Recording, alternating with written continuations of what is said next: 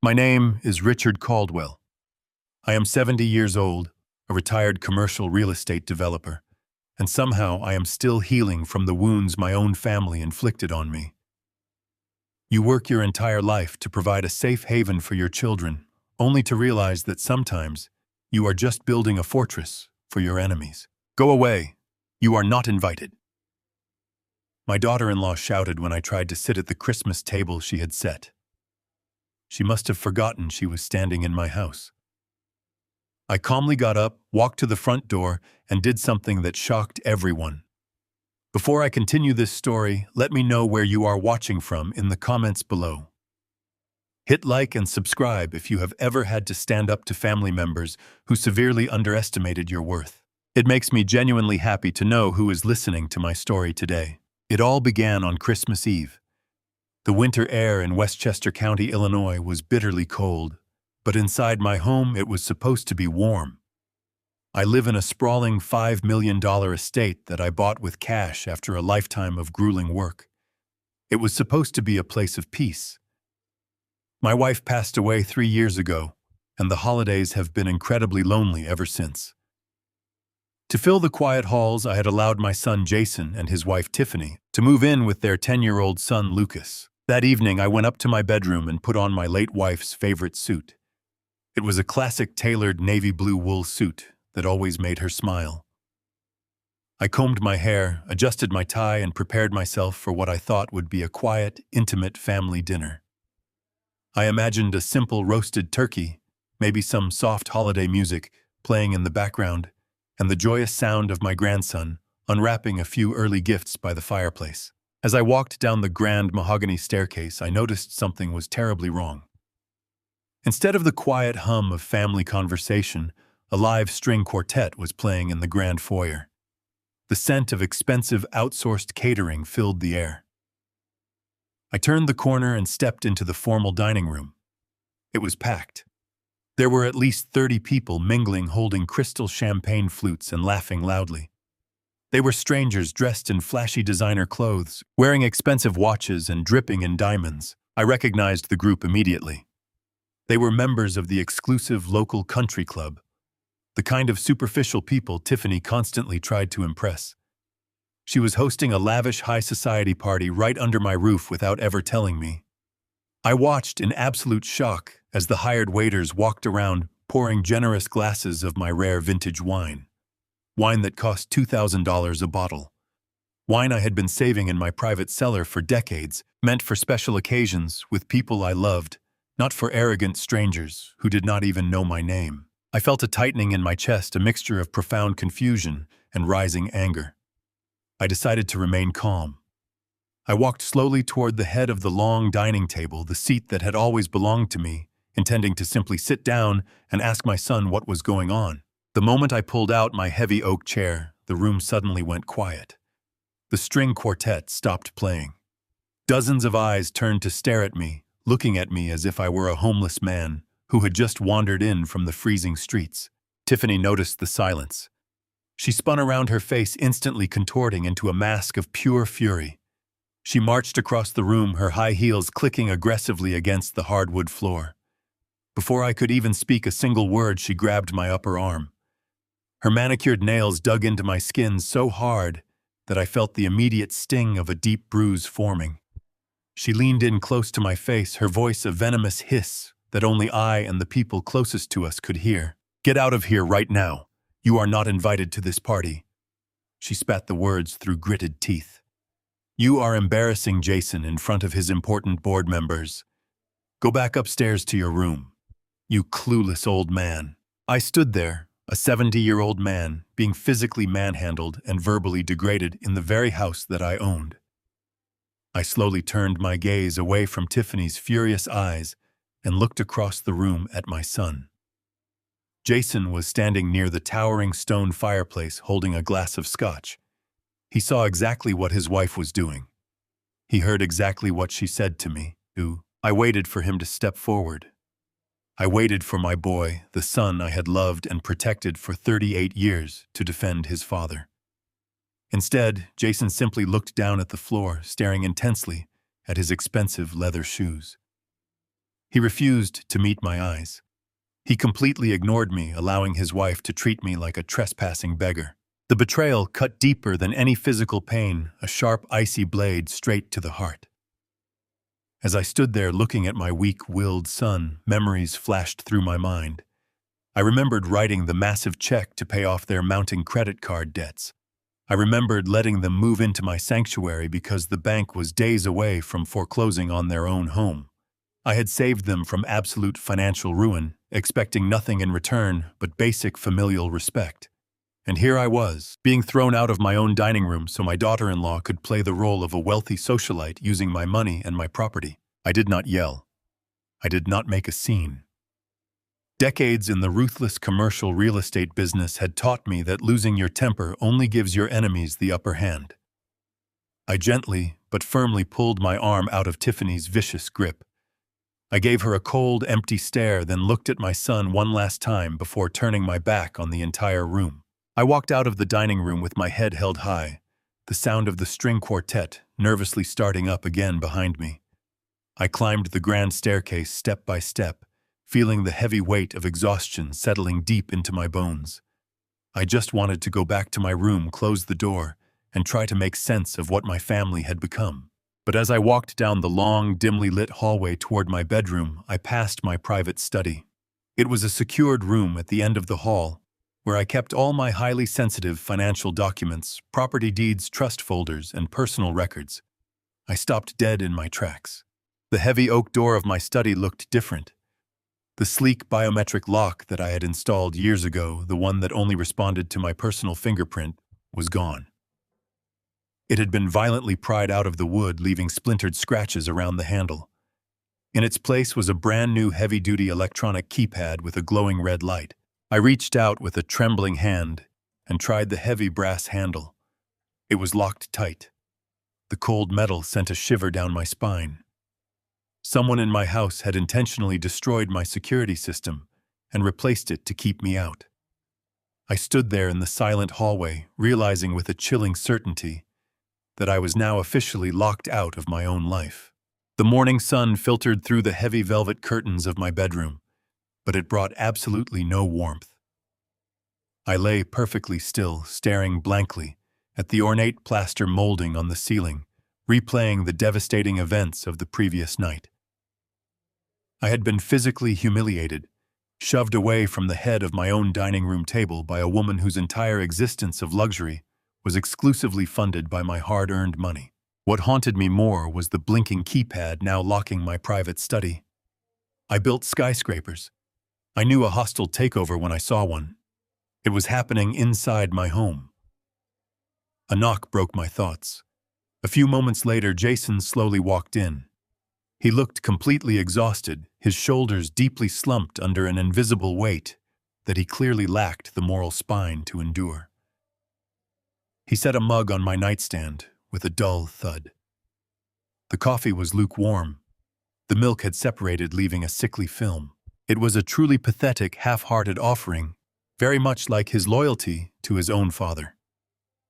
I refused to drink it.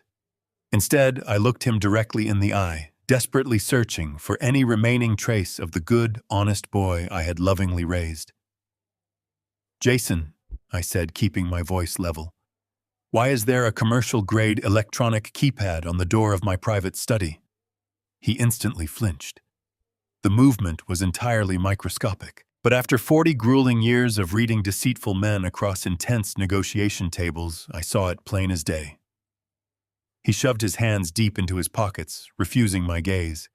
He stared at the wall above my head instead. "Dad, Tiffany is stressed," he began, his voice taking on a patronizing tone. "The party last night was a big deal for her. You know how she gets."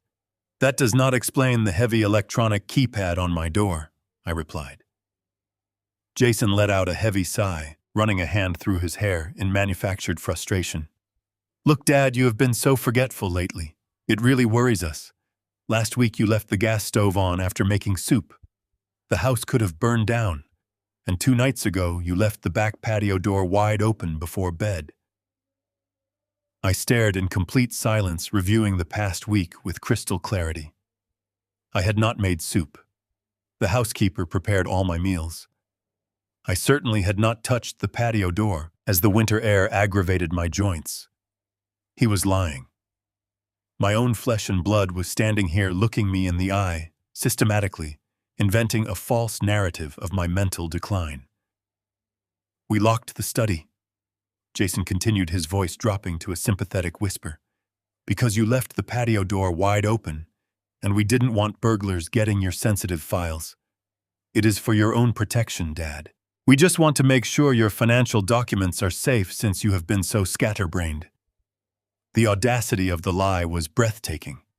They were locking me out of my life and packaging it as profound familial love. Arguing would be a fatal mistake. Denying his accusations would only make me sound like a confused, defensive old man in denial of his deteriorating mind.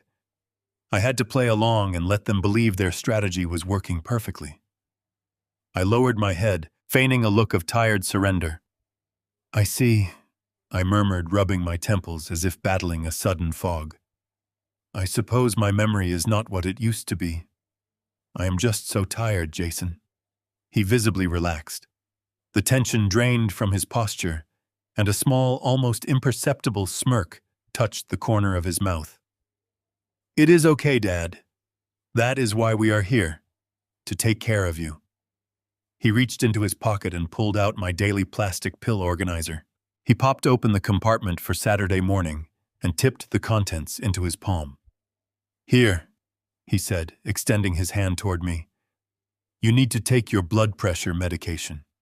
You skipped it last night. I extended my palm and he dropped the pills into it. I looked down at the familiar daily cocktail. Instantly something caught my eye. My standard blood pressure pill had always been a perfectly round, coated white tablet. The pill resting there now was oval, slightly chalky in texture, and lacked the glossy finish. It was a subtle difference, but unmistakable to a man who had taken the same medication every morning for 6 years. I hesitated, rolling the chalky tablet with my thumb. This looks different, Jason. Did the pharmacy change the manufacturer? His eyes snapped directly to mine, suddenly alert and intensely focused. Yes, he answered a little too quickly. Generic brand. Insurance change. Just take it, Dad. Your pressure has been high. I looked at the water glass on my nightstand, then back at my son. He was hovering. Usually he tossed the pill organizer on the bed and walked out completely uninterested. Today he stood rooted to the floor, his eyes fixed on my hand. He was making sure I swallowed it. I had no choice. Refusing the pill now would alert them that I was suspicious. I placed the pills on my tongue, took a large gulp of water, and swallowed. I made sure to exaggerate the swallowing motion, tilting my head back and opening my mouth slightly afterward so he could see it was gone. Good, Jason said, letting out a breath he had clearly been holding. Get some rest, Dad. I will check on you later. He turned and quickly left the room, pulling the door shut behind him.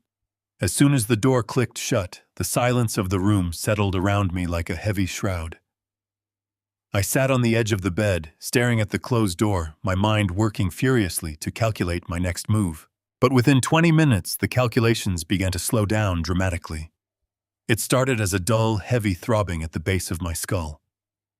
The edges of the room began to blur, the sharp outlines of the antique dresser softening into hazy shapes. I tried to stand up, intending to walk to the bathroom and vomit, but my legs felt like wet sand. I gripped the mattress edge, fighting a sudden, overwhelming wave of dizziness. The floor tilted beneath my feet. My breathing grew shallow. A thick, suffocating sluggishness crept into my bloodstream, moving relentlessly toward my brain. I could not form a complete sentence. The thoughts were there, but they slipped away into a dense chemical fog. I stumbled forward, my knee buckling. I crashed heavily onto the carpet, my shoulder slamming against the wooden bed frame. Desperately clawing my way back onto the mattress, my vision narrowed to a dark tunnel. I lay flat on my back, feeling a terrifying paralysis take hold. I was wide awake inside, trapped in a rapidly shutting body. Just as the final thread of awareness was snapping, I heard muffled footsteps outside.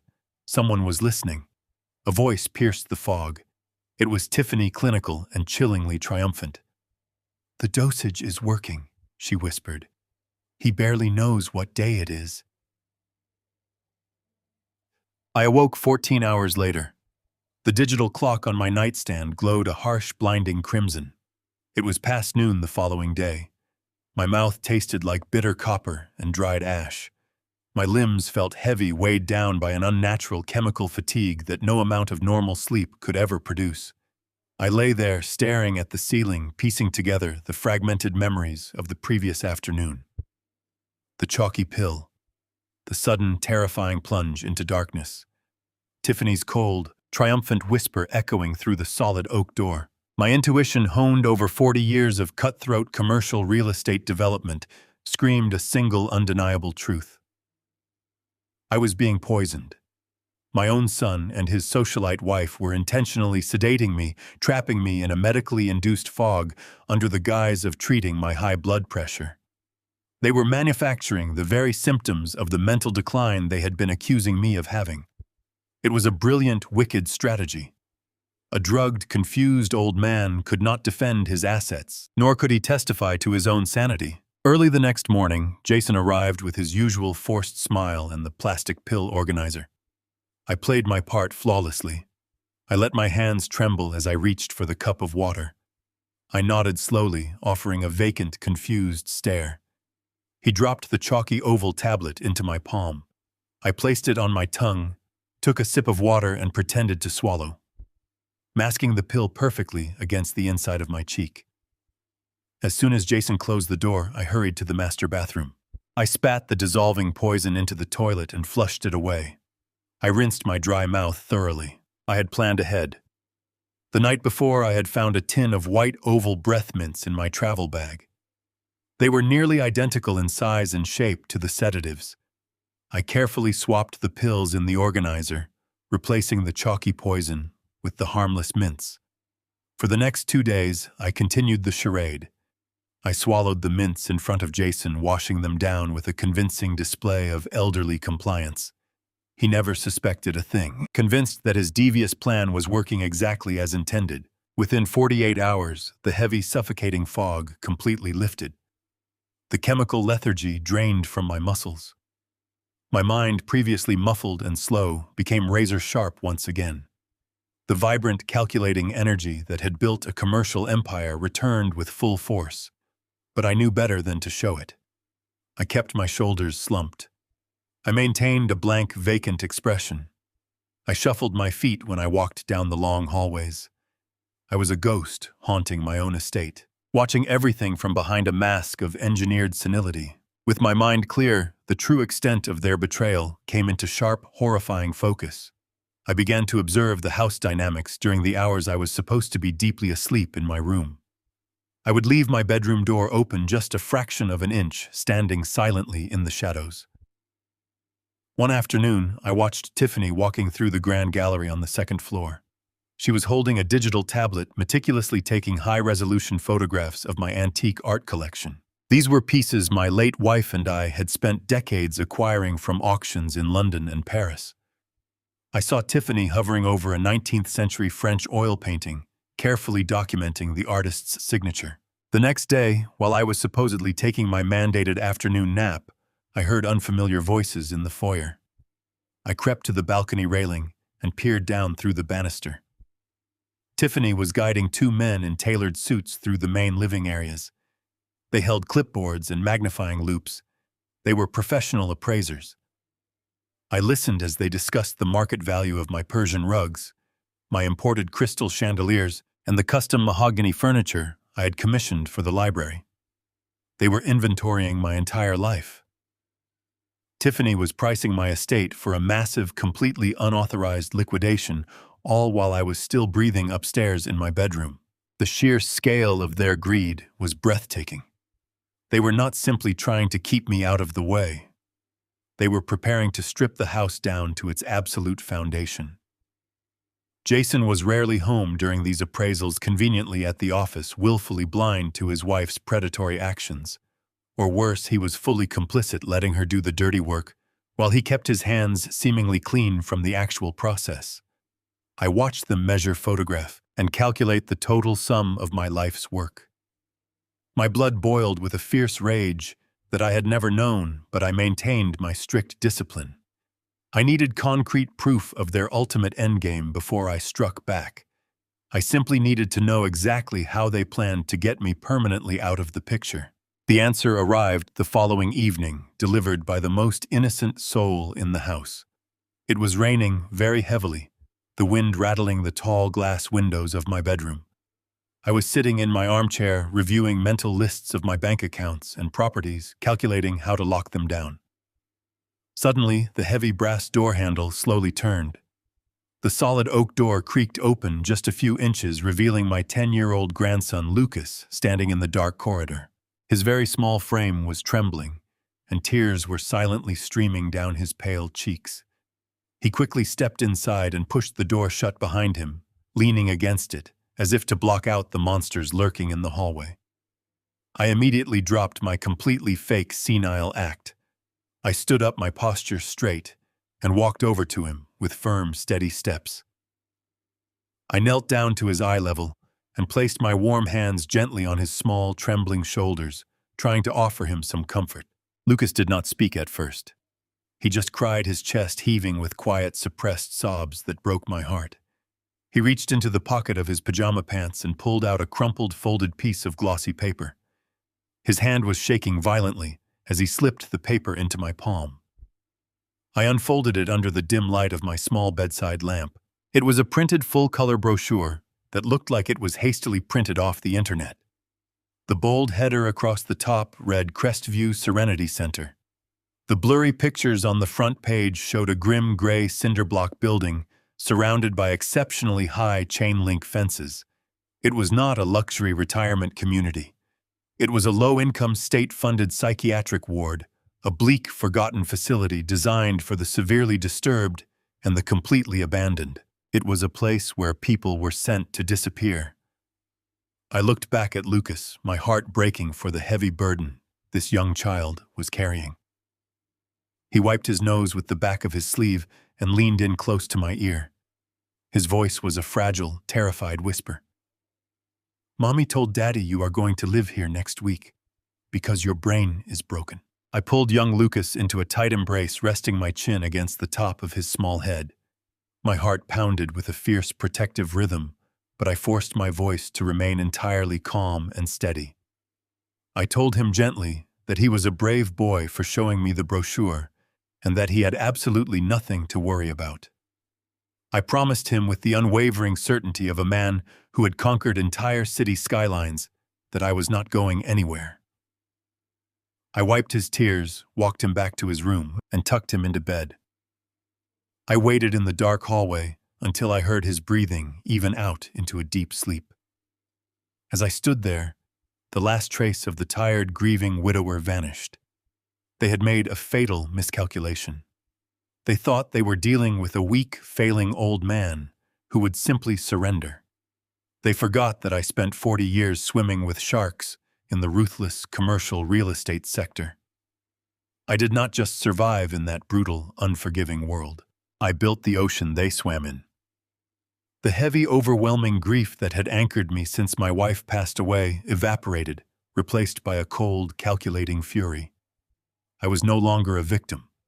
I was the predator, and it was time to hunt. The perfect opportunity arrived 2 days later. Jason left for his office early, practically sprinting out the door to avoid making eye contact with me.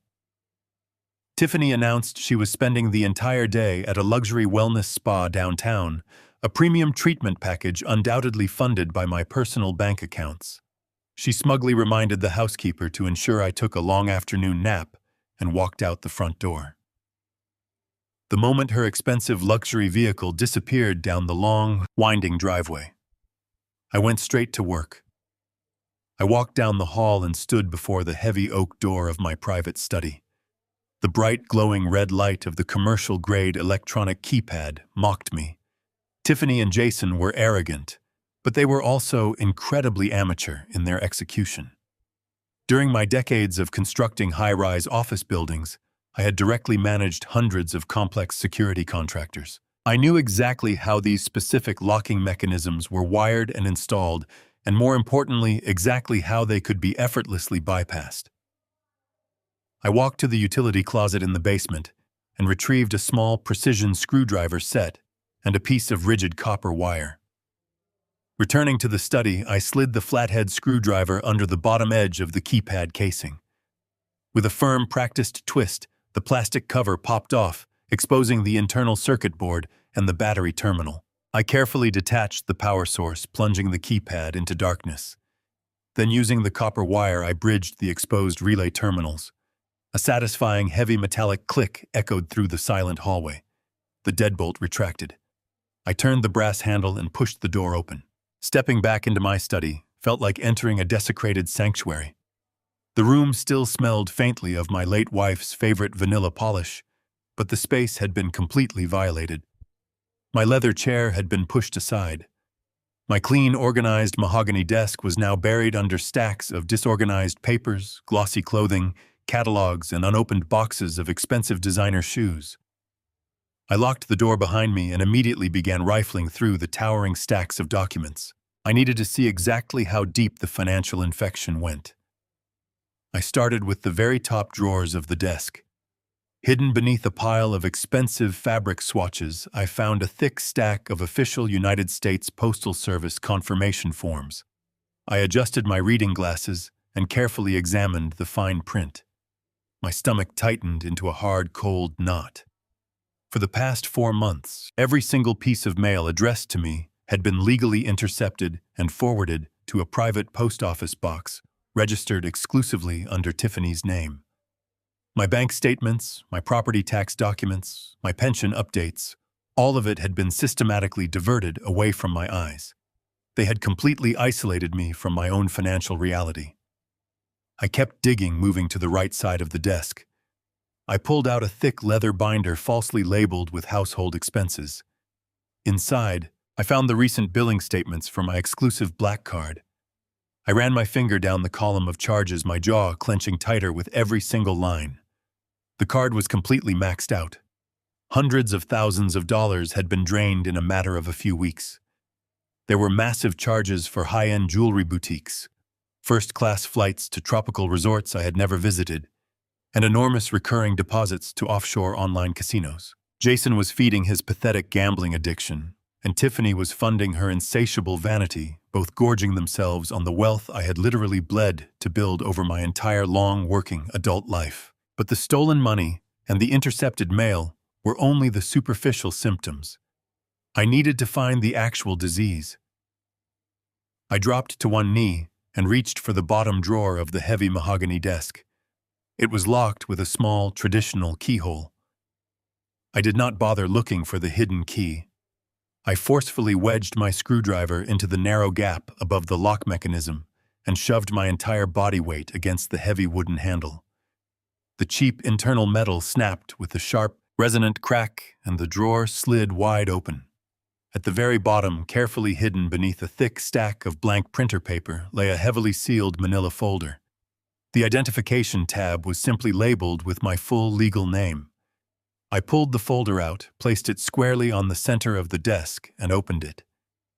The first document was a formal medical evaluation printed on the official letterhead of a local psychiatric clinic.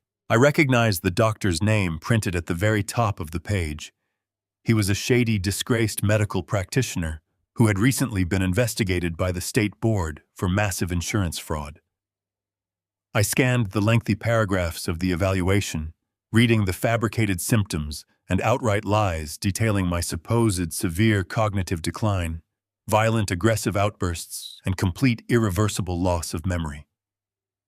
At the very bottom of the page, placed directly next to a forged signature that closely resembled mine, was the official diagnosis printed in bold, unmistakable black letters.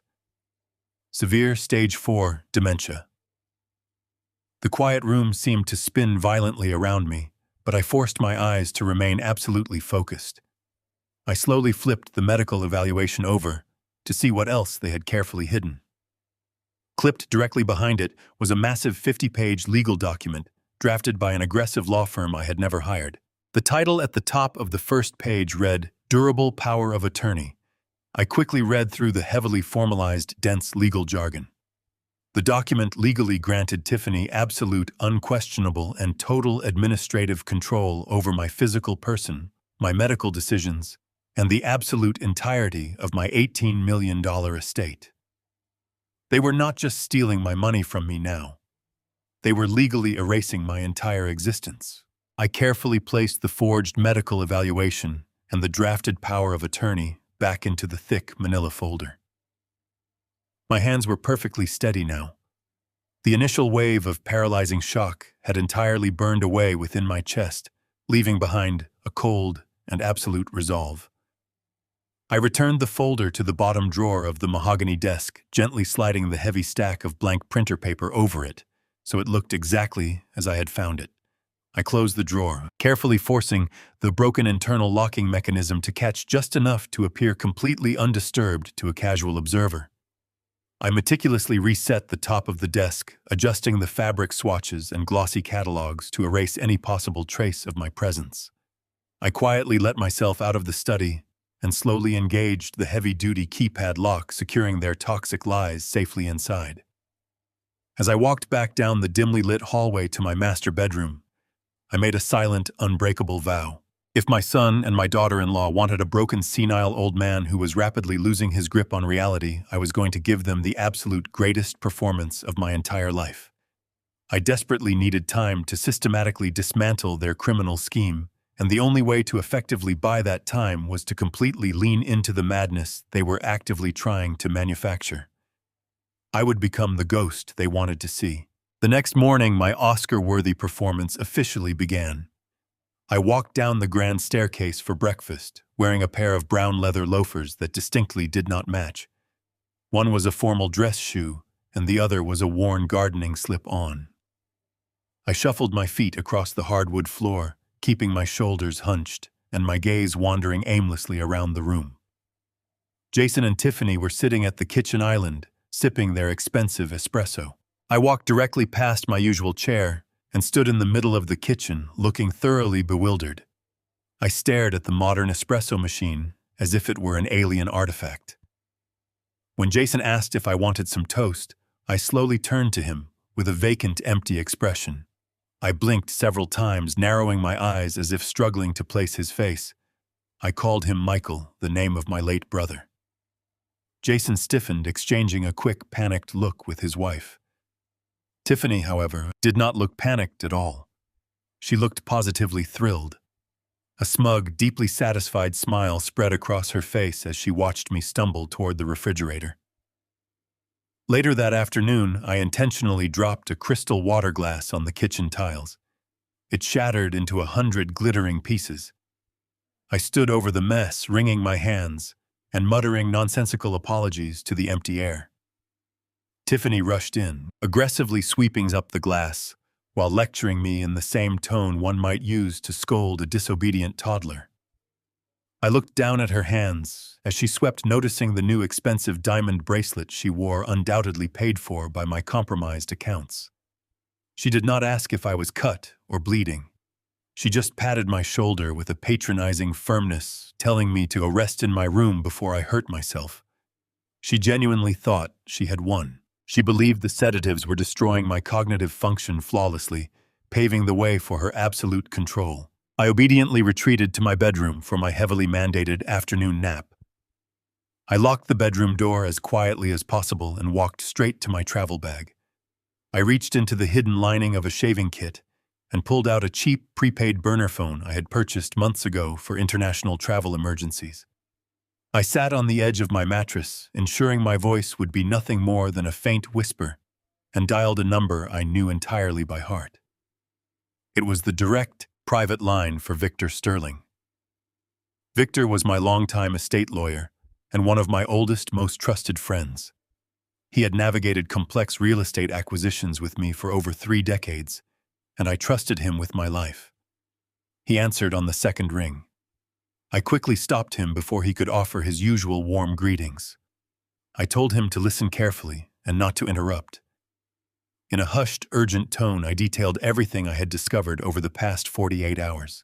I told him about the chalky pills, the intercepted mail, the maxed-out credit cards, the shady appraisers walking through my halls, and the forged psychiatric evaluation hidden in Jason's desk. I explained the drafted power of attorney that was currently sitting there waiting to officially strip me of my massive estate. I could hear the deep, heavy silence on the other end of the line as Victor processed the sheer magnitude of the betrayal. When I finished speaking, Victor let out a long, slow breath. He told me to stay perfectly calm and to maintain my senile act at all costs. He said he needed to dive into the private banking networks and public county records immediately. He promised to conduct a rapid, comprehensive background check on all my financial assets to see exactly what kind of invisible damage had already been done. I ended the call and slipped the burner phone back into the hidden lining of my shaving kit. I lay down on top of the covers, staring at the ornate ceiling, feeling the suffocating weight of the house pressing down on my chest.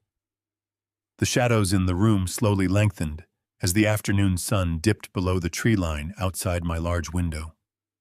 Every single minute that passed felt like an entire agonizing hour. I listened to the faint sounds of Tiffany directing the housekeeper downstairs, her voice carrying an air of absolute authority over a domain she was actively attempting to steal.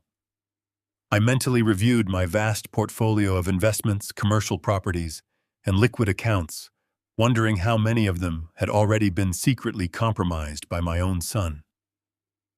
Exactly 1 hour and 15 minutes later, the burner phone vibrated silently against the mattress.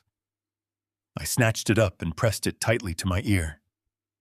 Victor was on the line, but his usually calm and commanding voice was remarkably unsteady. It sounded as though he had just witnessed a horrific accident. He paused for a very long moment, and I could hear the rapid clicking of his computer keyboard in the background. The silence stretched until my nerves were completely frayed. I gripped the plastic phone so hard my knuckles turned entirely white, bracing myself for the absolute worst news possible. Finally, he spoke, and the profound gravity in his tone made my blood run absolutely cold. "Richard, my friend," he said, the words hanging heavily in the air. "Jason and Tiffany did not just forge a medical record to prepare for a hostile takeover. They have already made a massive move. They used your forged signature to take out a $2.5 million home equity line of credit against your estate. And the money is already completely, entirely, and permanently gone." The revelation hung in the air, like a physical weight, suffocating and cold. $2.5 million stolen by my own blood vanished into the ether. I thanked Victor, hung up the burner phone, and sat in the deepening shadows of my bedroom. The sheer audacity of their theft meant this was no longer just a scheme to take control of my house. It was a highly coordinated criminal enterprise happening right under my roof. I needed an absolute, unblinking record of every single whisper spoken in this house. I immediately made another call this time to a contact Victor had urgently recommended. Her name was Sarah Jenkins. Sarah was a fierce former federal investigator who now ran an elite, highly discreet private security firm. She was exactly the kind of ruthless professional I needed to dismantle their web of lies. We devised a flawless plan. The following morning, I intentionally spilled a large cup of sticky juice directly onto the main wireless router in the living room, completely disabling the internet across the entire estate. Tiffany was absolutely frantic. She could not access her social media or stream her shows. Right on cue, Sarah arrived at our front door, wearing a blue utility polo shirt and carrying a heavy toolbox, posing as a premium emergency network technician. Tiffany barely glanced at her, too annoyed by the inconvenience to care. While Tiffany paced in the kitchen, complaining loudly on her cell phone, Sarah went to work. She was remarkably efficient. She did not just replace the damaged router. Under the guise of checking signal strength across the massive property, she meticulously planted microscopic audio and video transmitters in every critical corner of my home. She hid a camera inside the ornate crown molding of the formal living room. She tucked a miniature microphone beneath the edge of the granite kitchen island. But most importantly, she placed a high-definition motion-activated lens directly inside the air conditioning vent in my private study. Within 2 hours, my estate was fully wired. Sarah handed me a secure login from my tablet before quietly slipping out the front door, leaving them completely unaware of the invisible trap closing around them. I did not have to wait very long to test the new surveillance system. That very same evening, Tiffany decided to host yet another lavish dinner gathering. I could clearly hear the sharp clinking of expensive crystal glasses and the obnoxious, booming laughter of her wealthy country club friends echoing up the grand wooden staircase. I sat silently on the edge of my bed, listening carefully as she held court in the living room. I knew exactly what she was doing. She was actively building a public narrative, meticulously laying the social groundwork for my impending disappearance. She needed everyone to firmly believe that locking me away was an absolute medical necessity rather than a cold, calculated theft. I decided it was the perfect time to give my greatest performance yet. I intentionally messed up my gray hair, unbuttoned the top half of my striped silk pajamas, and put on a single leather slipper. I slowly opened my bedroom door and shuffled down the grand staircase, intentionally letting my footsteps drag heavily against the polished wood. As I entered the brightly lit living room, the lively conversation abruptly died. A dozen wealthy strangers turned to stare at me. I stood near the entrance, looking utterly bewildered, blinking rapidly against the harsh light. I let my jaw hang slightly slack. Tiffany rushed over, her face perfectly composed into a mask of tragic, exhausted sorrow. She placed an arm around my shoulders, sighing heavily for her captive audience. She turned to her wealthy friends and delivered a masterclass in manipulation. "It is just so incredibly hard," she said, her voice dripping with manufactured heartbreak. "We are doing everything we possibly can to care for him, but the cognitive decline is so rapid. He wanders the halls at all hours. It is an absolute burden on our young family, but we sacrifice because we love him." The guests murmured in deep sympathy. Women placed hands over their hearts, offering Tiffany looks of profound pity and admiration. They saw her as a selfless, devoted martyr, sacrificing her youth to care for a deeply broken man. I played right into her hands. I looked at one of her friends and asked if she had seen my deceased wife, causing a collective gasp of sorrow to ripple through the room. Tiffany gently guided me back toward the stairs, soaking in the absolute adoration of her peers. She thought she was a brilliant director guiding a foolish puppet. She had no idea she was the one performing on a fully recorded stage. I returned to my bedroom, locked the door, and dropped the senile act the second the latch clicked into place. I pulled my tablet from beneath my mattress, opened the secure application Sarah had installed, and put on my wireless headphones. The screen instantly populated with crystal-clear, high-definition video feeds from across the house. I spent the next few hours monitoring their movements, watching the guests eventually leave, and seeing the house grow quiet. It was nearly midnight when the motion alert triggered for the camera hidden inside my private study. I tapped the screen, expanding the video feed. The room was bathed in the soft, warm glow of a desk lamp. Tiffany was standing near the large leather chair. But she was not alone, and she was certainly not with my son, Jason. A younger man dressed in a sleek, tailored charcoal suit was standing right beside her. He was tall, athletic, and possessed a sharp, predatory confidence. He reached out, pulled Tiffany forcefully by the waist, and kissed her. It was not a brief, casual greeting. It was a deep, passionate, hungry embrace that spoke of a long, deeply hidden affair. Tiffany wrapped her arms around his neck, smiling wickedly as they finally pulled apart. I watched in absolute chilling silence as the man ran his hand along the polished edge of my mahogany desk. He looked around the opulent study with greedy, calculating eyes. "When does the old man finally get locked up?" he asked, his voice a low, smooth baritone that echoed perfectly through the hidden microphone. Tiffany leaned against the desk, crossing her arms with a look of supreme, arrogant triumph. "Friday," she replied, her tone completely devoid of any human empathy. "The doctor signs the final papers on Thursday, and the private medical transport comes for him on Friday morning. Once the old fool is locked away in the ward, I have full power of attorney.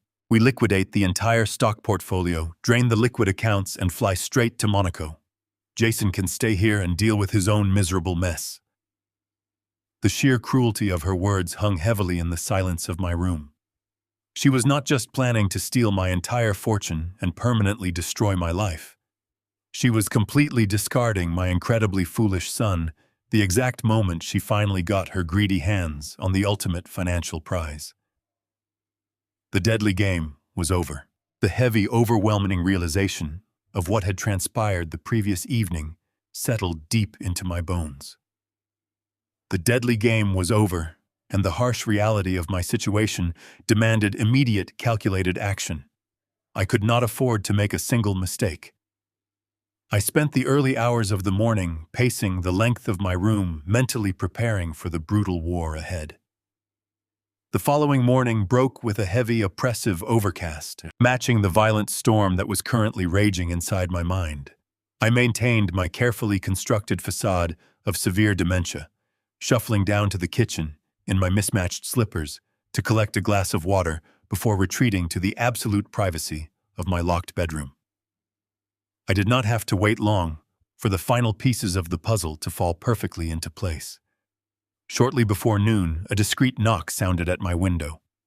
My bedroom was located on the ground floor of the east wing, overlooking the expansive, manicured rose gardens.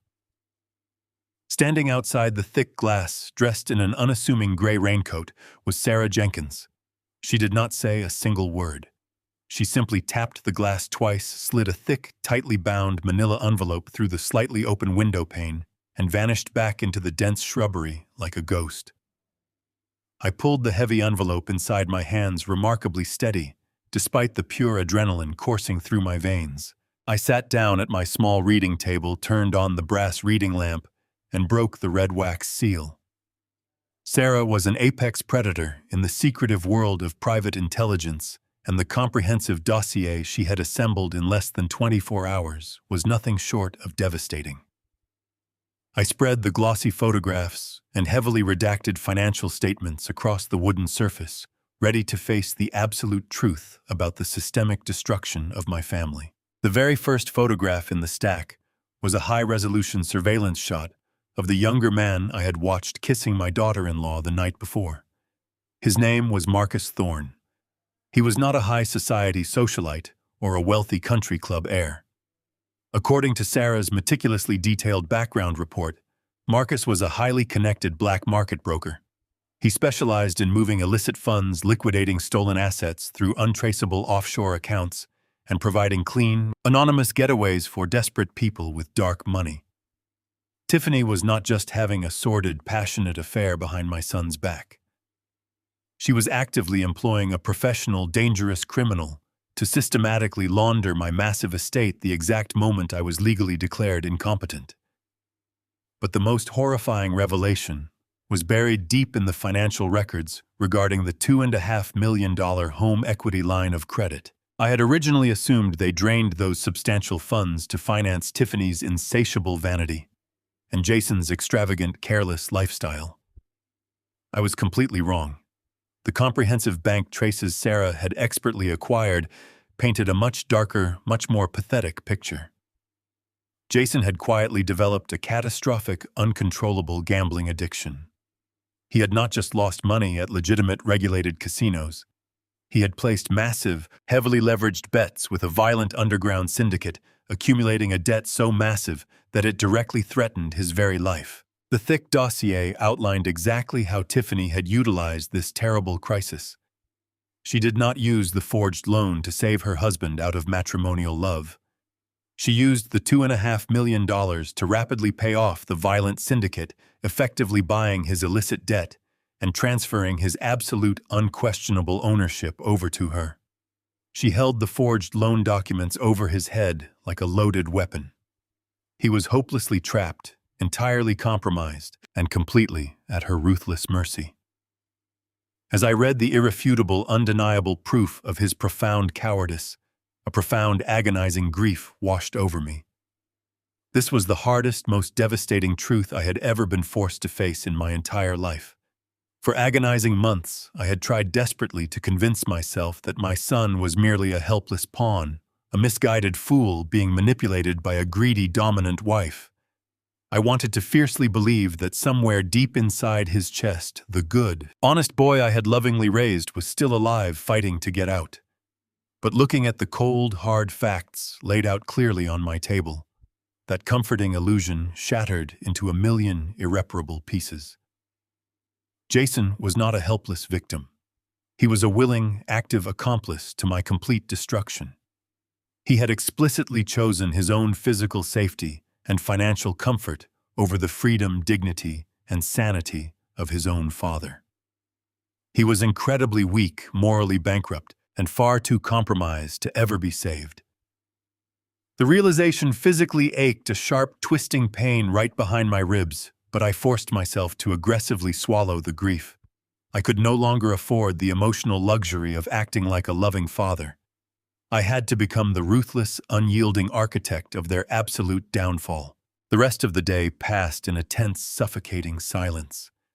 I stayed deliberately in my room, staring blankly at the patterned walls, letting my highly analytical mind calculate the exact trajectory of my impending retaliation. Night eventually fell, wrapping the sprawling estate in deep, heavy shadows. Around 10 o'clock, I retrieved my digital tablet from its hiding place beneath the mattress and opened the secure surveillance application. I tapped on the audio feed connected to the microscopic microphone Sarah had brilliantly concealed inside the master bedroom suite. A sharp burst of static hissed through my wireless headphones, followed immediately by the clear, unmistakable sound of a heated, frantic argument.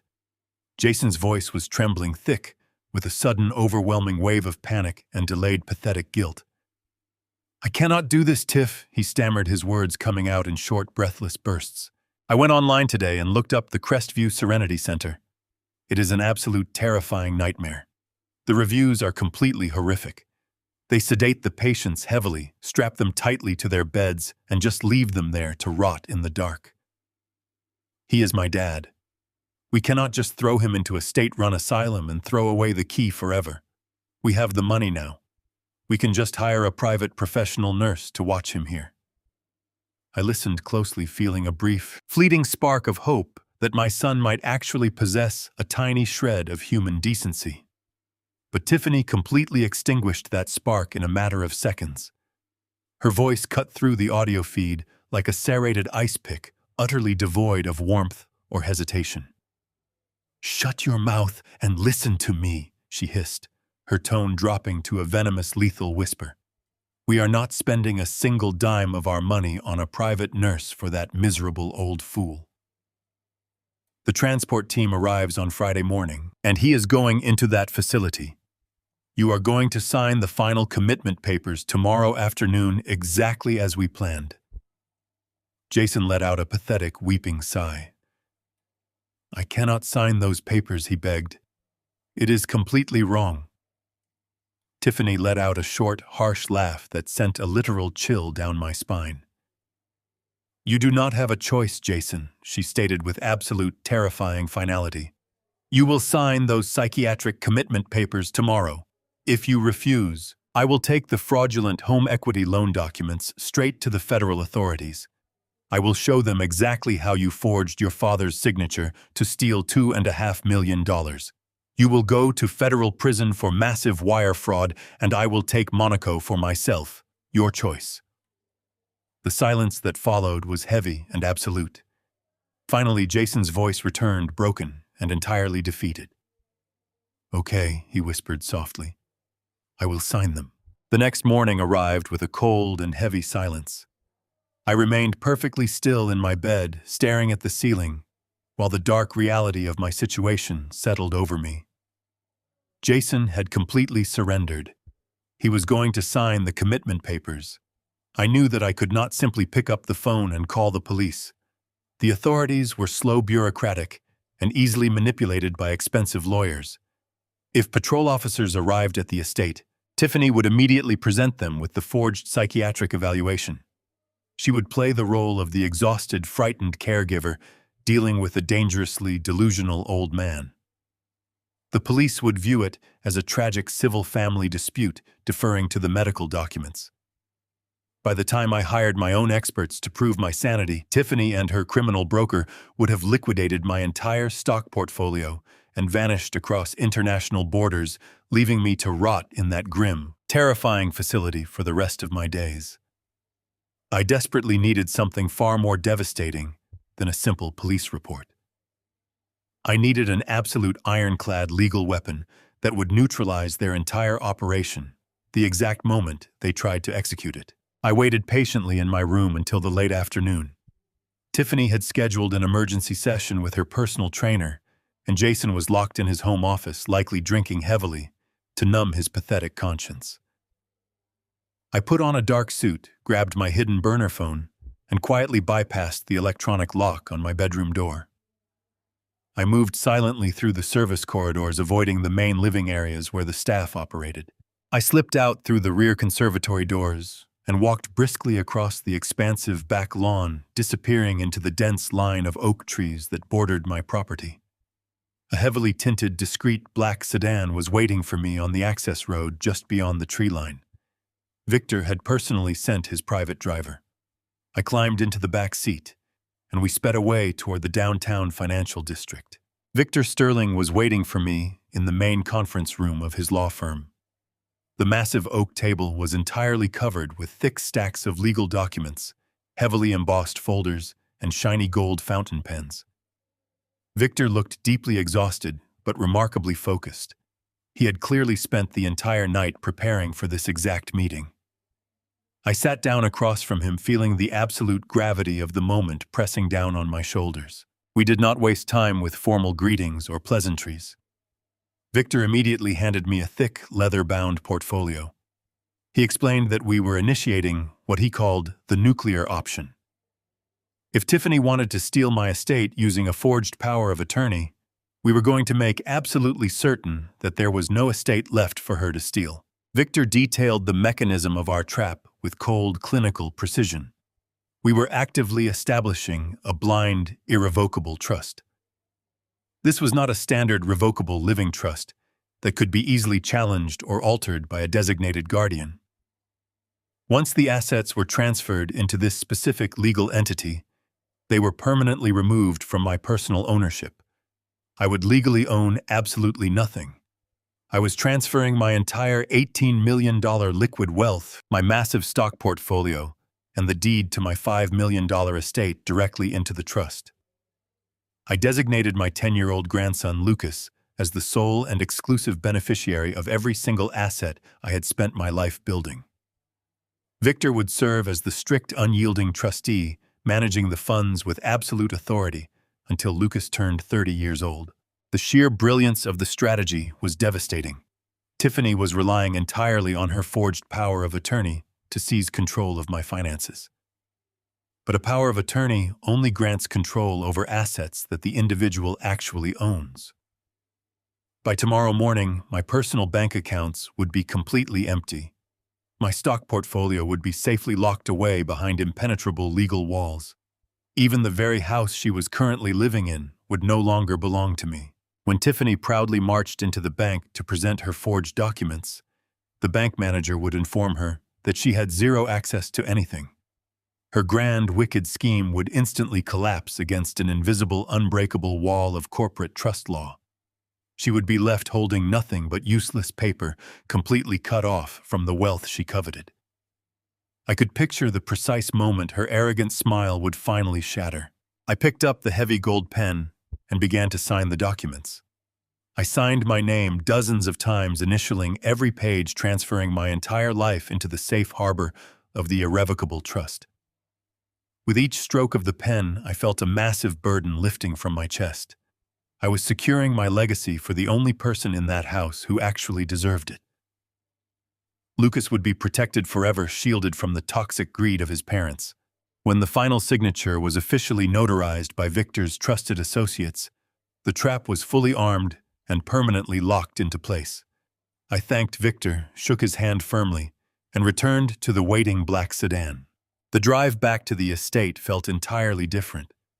The overwhelming anxiety that had plagued me for days was completely gone. I was no longer a hunted victim waiting for the inevitable blow. I was quietly sitting on a ticking time bomb, just waiting for Tiffany and Jason to accidentally trigger the detonator. I arrived back at the property just as the sun began to dip below the horizon, casting long, dark shadows across the manicured lawns. I retraced my steps through the dense oak trees, slipped silently through the rear conservatory doors, and navigated the service corridors without making a single sound. I finally managed to sneak back into my bedroom and lock the door just moments before I heard the familiar sharp clicking of Tiffany's high heels echoing down the hardwood hallway. I quickly stripped off my dark suit, threw on my striped silk pajamas, and climbed into bed.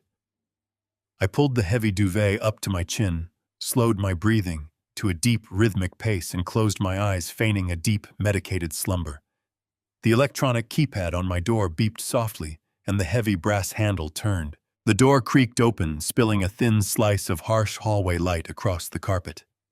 I kept my eyes closed, listening intently to the soft rustle of fabric as someone approached my bed. Through my eyelashes, I saw Tiffany standing over me. The dim glow of the bedside lamp illuminated her face, revealing a mask of pure, unadulterated malice. In her right hand, she held a small glass of water. In her left hand, catching the faint light, was a thin medical syringe. She leaned down close to my face, her expensive perfume masking the sterile scent of the sedative she was preparing to administer. A cruel, victorious smile twisted her lips as she watched me pretend to sleep. She believed her victory was absolutely guaranteed. "Sleep tight, old man," she whispered, her voice dripping with cold, venomous anticipation. "Tomorrow is moving day." I kept my breathing perfectly level as she turned off the small bedside lamp and glided out of the room. I waited until the heavy electronic lock engaged before I opened my eyes. She had not injected me with anything. The syringe and the glass of water had been a dark rehearsal, a cruel pantomime of the power she believed she held over my life. The actual moving day was scheduled for Friday, which meant today, Thursday, was the final hurdle. I lay awake for the remainder of the night, mentally preparing for the ultimate test of my endurance. When the morning sun finally broke through the heavy velvet curtains, casting long shadows across the patterned rug, I knew exactly what I had to do. I had to become the very thing they were trying to invent. I spent the early hours of Thursday morning meticulously dismantling my own dignity. I put on a pair of wrinkled trousers that I had intentionally pulled from the bottom of my laundry basket. I mismatched my socks, pairing a heavy wool winter sock with a thin black dress sock. I buttoned my dress shirt unevenly, leaving the collar skewed and the fabric bunched awkwardly around my waist. I stood in front of the tall mirror in my adjoining bathroom and practiced letting my facial muscles go completely slack. I forced my jaw to hang slightly open, allowing a small string of saliva to pool at the corner of my mouth. I dulled the sharp, calculating light in my eyes, replacing it with a vacant, wandering stare. I looked pathetic. I looked broken. I looked exactly like a man who desperately needed to be locked away in a high-security psychiatric ward for his own safety. Shortly after 1 o'clock in the afternoon, the heavy oak door of my study swung open. Tiffany strolled into the room with an air of absolute, unshakable confidence. Trailing closely behind her was a tall, remarkably thin man carrying a sleek black leather briefcase. He wore a sharply tailored suit and a pair of expensive wire-rimmed glasses that caught the afternoon light. This was the crooked psychiatrist, the disgraced medical professional who had already forged my initial diagnostic evaluation without ever stepping foot inside my house. Now he was here to conduct the final required physical examination to legally authorize my forced institutionalization. Tiffany gestured toward the large leather armchair where I was seated, offering the doctor a look of profound manufactured sympathy. She played the role of the exhausted, grieving daughter-in-law with sickening perfection. The psychiatrist approached my chair and knelt down to my eye level. He pulled a silver pen from his breast pocket and began asking me a series of painfully simple, highly leading questions. He asked me to state my full legal name. He asked me to identify the current year and the current president of the United States. He asked me to describe the house I was currently sitting in. I leaned heavily into the madness. I did not simply give him incorrect answers. I gave him absolutely nothing of substance. I stared blankly at the blank wall directly behind his left shoulder, pretending to be utterly fascinated by a microscopic speck of dust on the plaster. I let my head loll to the side, allowing a thick line of drool to escape my lips and run down my chin onto my wrinkled shirt collar. I began to hum a quiet, tuneless melody, rocking my torso back and forth in a slow, rhythmic motion. The doctor sighed heavily, opening his leather briefcase and pulling out a thick stack of official medical forms. He did not bother to check my pulse. He did not check my pupil dilation or ask me to perform any basic cognitive tracking exercises. He was merely going through the absolute bare minimum motions required to justify his exorbitant illicit fee. He clicked his silver pen and began checking boxes down the long page with rapid, careless strokes. I decided to deliver my grandest, most devastating piece of acting. I suddenly stopped rocking and snapped my gaze directly onto the doctor's face. I reached out with a trembling, age-spotted hand and tightly gripped his tailored sleeve. My eyes widened with a perfectly feigned spark of joyful recognition. I smiled brightly, tears welling up in my eyes, and I called him by my deceased wife's name.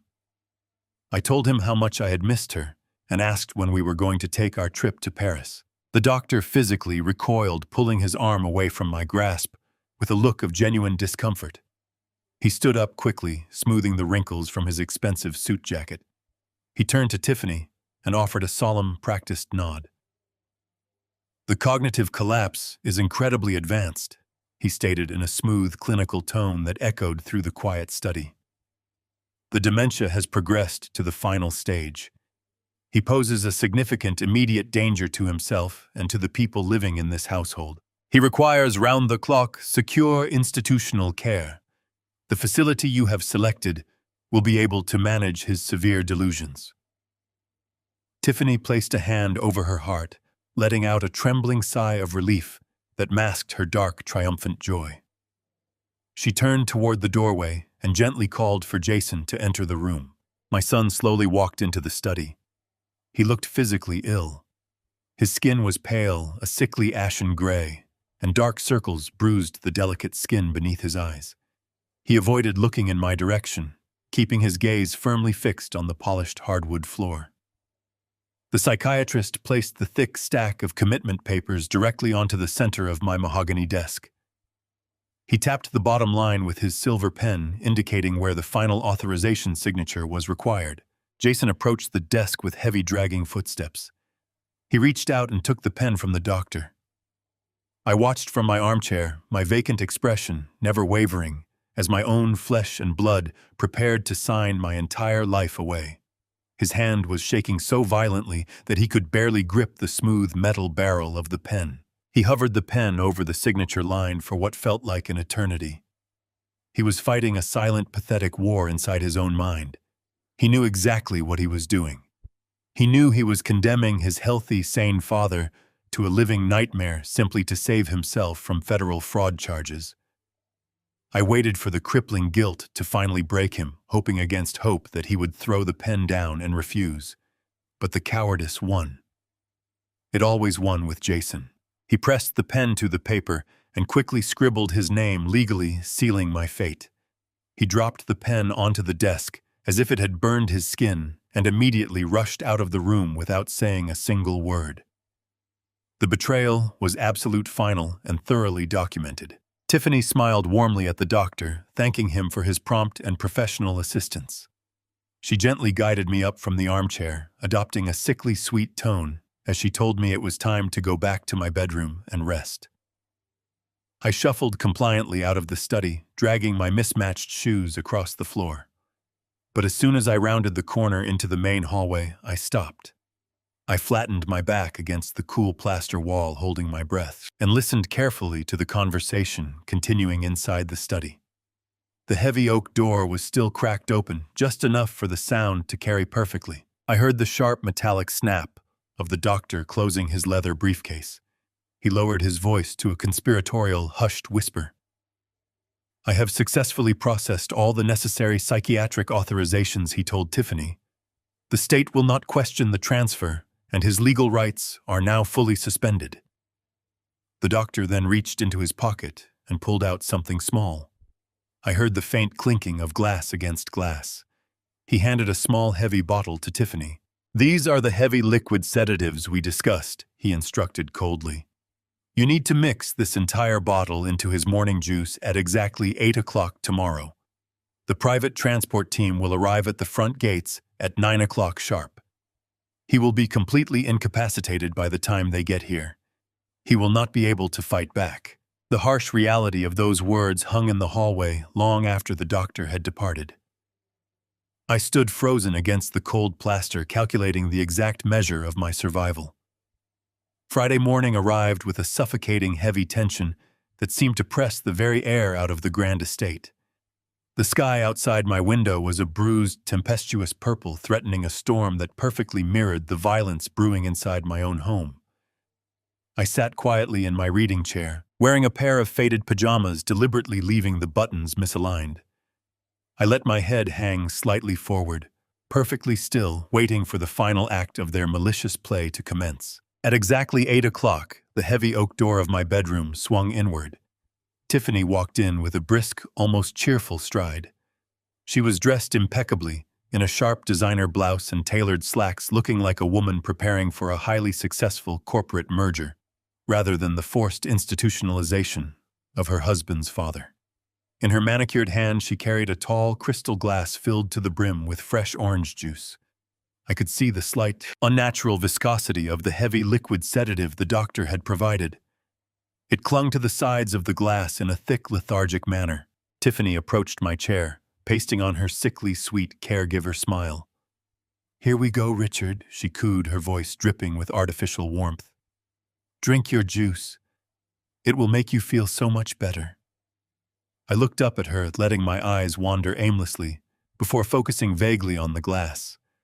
I reached out with a trembling hand, allowing my fingers to brush against hers, an intentional display of utter frailty. I took the glass, bringing it slowly to my lips. Tiffany stood over me like a hawk, her eyes locked onto my mouth, waiting for me to consume the poison. Just then, my mobile phone sitting on the far side of the room loudly chimed with an incoming notification. It was a perfectly timed alarm I had secretly set the night before. Tiffany instinctively turned her head toward the sudden noise, irritated by the interruption. In that single fleeting second of distraction, I moved with a speed and precision I had not demonstrated in years. I tilted the crystal glass and poured the thick, drugged orange juice directly into the dense soil of the large, leafy, potted ficus sitting right beside my armchair. By the time Tiffany turned her attention back to me, the glass was entirely empty. I wiped my mouth with the back of my trembling hand and let out a soft, confused sigh. "Good boy," she whispered, a dark, victorious gleam lighting up her eyes as she snatched the empty glass from my grasp. "Now just sit quietly and let the medicine work." She left the door wide open, signaling the beginning of the end. Within 10 minutes, Jason arrived. He carried a large roll of cheap, heavy-duty black plastic trash bags. I watched through half-closed eyes as my son and his wife began to systematically erase my existence from the room. They did not bother folding my clothes or carefully packing my personal belongings into proper luggage. They simply grabbed armfuls of my expensive tailored suits, my custom dress shirts, and my cashmere sweaters, shoving them carelessly into the black plastic bags as if they were discarding common household refuse. The disrespect was profound, but the true agony came moments later. Tiffany moved to my bedside table, her hands brushing over the silver-framed photographs of my late wife, Lillian. These were the only tangible pieces of my truest happiness I had left in this massive empty house. Pictures of our honeymoon in Italy, our silver anniversary, and the simple, quiet moments of a love that had spanned decades. Tiffany picked up the frames with a look of mild disgust. She did not pack them. She callously tossed them into a cardboard donation bin she had dragged in from the hallway. The glass of the largest frame shattered against the bottom of the box, with a sharp, sickening crack. Jason flinched at the sound, pausing his frantic packing for a mere second but he said absolutely nothing. He just kept his head down, shoving my life into a trash bag. I remained rooted to my armchair, forcing my breathing to become slow and incredibly shallow. I let my chin drop to my chest, closing my eyes almost completely, leaving just a narrow slit to monitor their ruthless pillaging. I allowed a quiet, rhythmic wheeze to escape my lips, perfectly mimicking the deep, incapacitated slumber of a heavily sedated patient. Tiffany paused her packing to look over at me, crossing her arms over her chest. She nudged Jason with her elbow, pointing in my direction. "He is completely under," she whispered, her voice devoid of any remaining pretense. The doctor was right. The heavy dosage knocked him entirely out. We have absolute clearance now.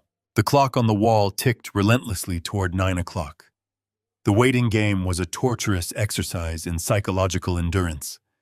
Every rustle of a plastic bag, every clatter of a misplaced hanger was a sharp reminder of the ultimate betrayal occurring right in front of me.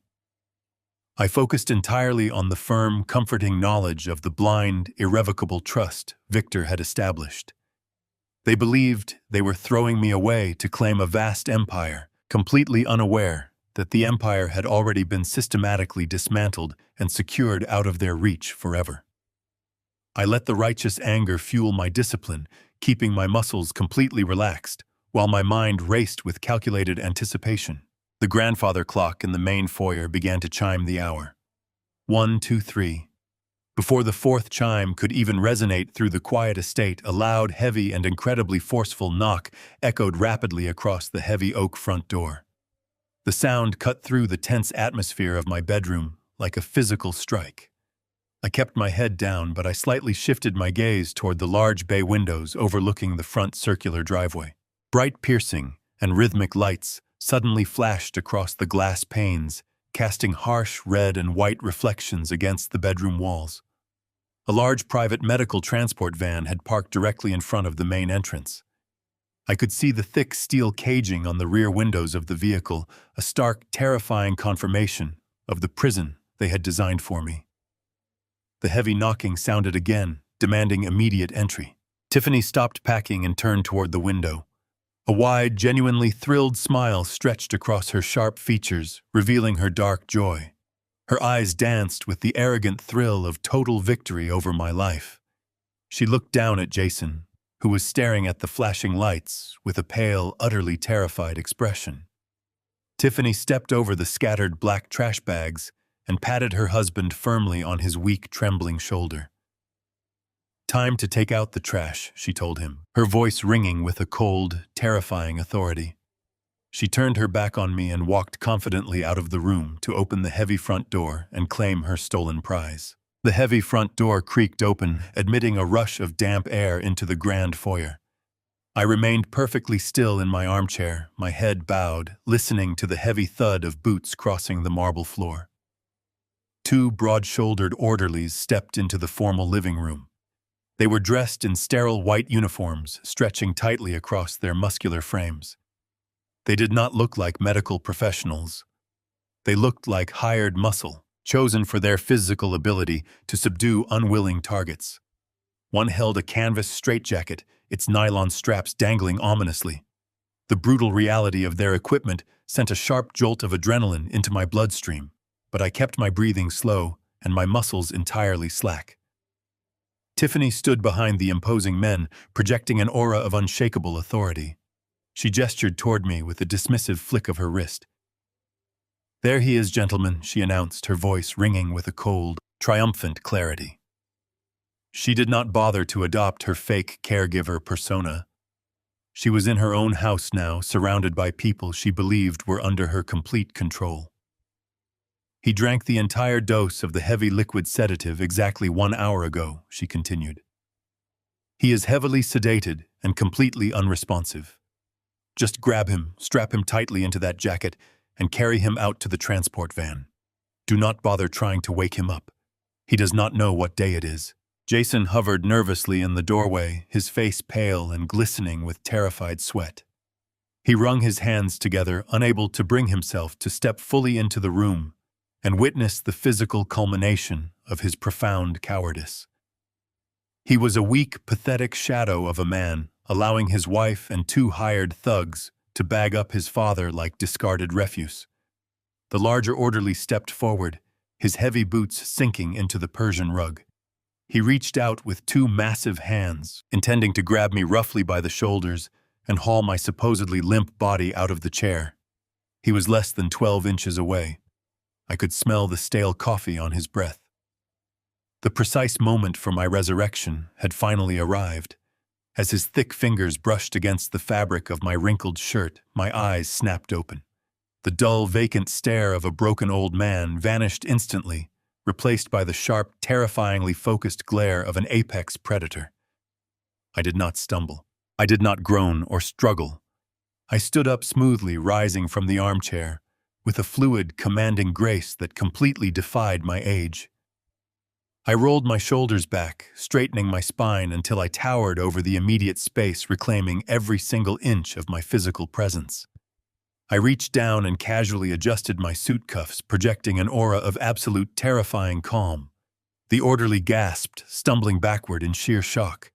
He raised his hands defensively, his eyes widening. I locked my gaze directly onto his face, letting the crushing weight of my authority bear down on him. "If either of you touches me," I stated, my voice echoing through the silent room with a smooth, lethal precision, "you will be joining them in federal prison for conspiracy to commit kidnapping." The two men froze instantly, perfectly rooted to the floor, like stone statues. The heavy canvas straitjacket slipped from the second orderly's grip, landing on the rug with a pathetic thud. They looked from me to Tiffany, completely bewildered, realizing immediately that they had walked blindly into a devastating trap. The reaction from my son and daughter-in-law was nothing short of spectacular.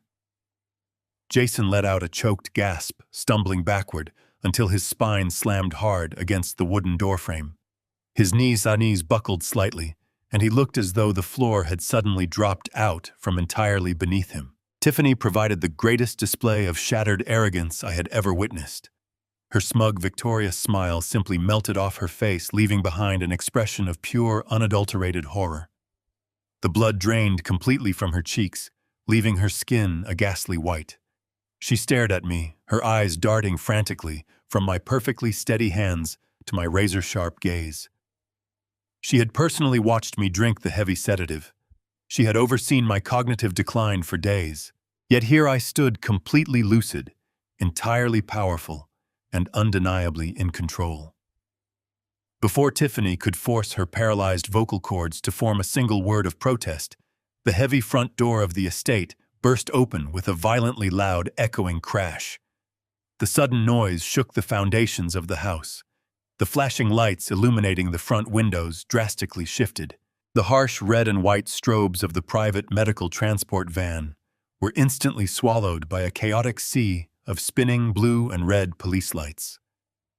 The harsh wail of multiple sirens screamed through the morning air, signaling an overwhelming, unstoppable invasion. 5 separate city police cruisers and 2 heavily armored black federal vehicles had aggressively stormed up the long circular driveway, physically blocking the ambulance from escaping and completely sealing off the entire estate. The foyer filled instantly with the rhythmic thud of tactical boots. A dozen uniformed police officers swarmed into the grand entrance, their hands resting firmly on their duty belts, securing all possible exits. Flanking them were 4 stern-looking federal agents wearing dark windbreakers with bold yellow lettering across their backs. The sheer, overwhelming force of the cavalry was breathtaking. They swept through the ground floor, securing the perimeter with brutal, practiced efficiency. Striding confidently through the center of this chaotic, heavily armed phalanx were the architects of my counterattack. Victor Sterling, looking sharp and incredibly dangerous in a tailored charcoal suit, walked into my formal living room with the absolute authority of a conquering general. Directly beside him was Sarah Jenkins. She had shed her repair uniform and was now dressed in a sleek black tactical jacket, holding a thick manila folder in her hand. She scanned the room with a cold, predatory smile, her eyes locking onto Tiffany with a look of supreme, undeniable victory. Jason completely collapsed. He slid slowly down the door frame, landing heavily on the hardwood floor, burying his face in his trembling hands and sobbing uncontrollably. The pathetic sound of his weeping echoed through the room, a fitting soundtrack to the absolute destruction of his fraudulent empire. Tiffany, however, refused to accept the reality of her total defeat. Cornered animals always fight the hardest in their final desperate moments. Her shock rapidly mutated into a wild, flailing panic. She spun around, her eyes wide and manic, staring at the advancing officers. She reached frantically into the pocket of her slacks and pulled out the document she believed was her shield. She thrust the paperwork into the air, waving it aggressively at the agents. Her voice shattered the silence, rising into a shrill shriek. "What are you doing in my house?" she screamed, her face contorting with madness. "You cannot be here. He is legally insane. Look at the paperwork. He is completely crazy. I have the executed power of attorney here. I am his legal guardian. I control this estate. Arrest these intruders immediately. Arrest them all." The echoes of Tiffany's frantic, desperate screams bounced off the high, vaulted ceiling of the grand foyer, hanging heavily in the damp morning air. She continued to wildly wave the forged power of attorney, her perfectly manicured fingernails crumpling the thick, fraudulent paper. The trained federal agents and city police officers did not move a single muscle to follow her aggressive, hysterical orders. They remained standing in absolute stoic silence, their stern eyes fixed firmly on the pathetic spectacle unfolding before them. Victor Sterling did not rush, nor did he raise his voice to match her manic pitch. He took 2 slow, deliberately measured steps forward, closing the physical distance between them, with the graceful, terrifying calm of a man who held all the devastating cards. He reached out and gently plucked the crumpled document directly from her trembling, outstretched hand. Tiffany gasped, momentarily stunned by his sheer, unbothered audacity. She opened her mouth to demand the paperwork back, but Victor did not afford her the opportunity to speak. He grasped the top edge of the heavily embossed legal document and with a single deliberate motion ripped the forged power of attorney straight down the middle. The sound of the tearing paper was remarkably sharp in the quiet room. He tossed the ruined halves onto the polished marble floor, letting them flutter down like dead leaves. "That piece of paper is utterly useless," Victor stated, his baritone voice carrying a chilling, absolute authority. "You cannot execute legal control over an estate that simply does not exist." Tiffany stared at the torn pieces on the floor, her chest heaving with rapid, shallow breaths. "What are you talking about?" she whispered, her arrogant facade finally beginning to crack under the immense pressure of his confident gaze. "I am his sole legal guardian. I own all of this." Victor adjusted his tailored suit jacket and offered her a smile devoid of genuine warmth. 48 hours ago, my client transferred his entire liquid wealth, his stock portfolio, and the physical deed to this property into a blind, irrevocable trust, Victor explained with clinical precision. "Richard technically owns nothing, which fundamentally means your forged medical evaluations and your fraudulent power of attorney grant you control over absolutely nothing." The vibrant color rapidly drained from Tiffany's sharp cheekbones. Her dark eyes darted wildly around the room, desperately searching for a single sympathetic face among the stoic federal agents. But she found only cold, unforgiving stares. Victor took a step closer, driving the final legal nail into her meticulously crafted coffin. By intentionally presenting that forged document to multiple financial institutions and executing a $2.5 million home equity line of credit against an asset, you had no legal right to touch. You have just committed massive documented federal wire fraud. The trap had sprung with flawless perfection. She was entirely exposed, caught completely red-handed, attempting to steal a phantom fortune. Her jaw hung slightly slack, and the confident, commanding posture she had utilized to terrorize me completely collapsed. Before Tiffany could formulate a desperate lie to save her skin, Sarah Jenkins stepped forward from the imposing line of federal agents. She held a small, sleek, black Bluetooth speaker securely in her right hand. "We have significantly more than just manipulated financial documents," Sarah announced, her voice carrying the hardened, uncompromising edge of a highly seasoned investigator. She pressed a single silver button on the top of the compact device. A sharp burst of static crackled through the quiet living room, followed instantly by the crystal-clear, authentic recording captured inside my private study just a few nights prior. The booming, confident baritone voice of Marcus Thorne, the dangerous black market broker, echoed loudly through the grand foyer. "When does the old man finally get locked up?" the illicit broker coldly asked on the audio. Every single person in the room remained perfectly silent, as Tiffany's own recorded voice provided the damning reply. Friday, the digital version of Tiffany stated, her tone dripping with casual, horrifying cruelty.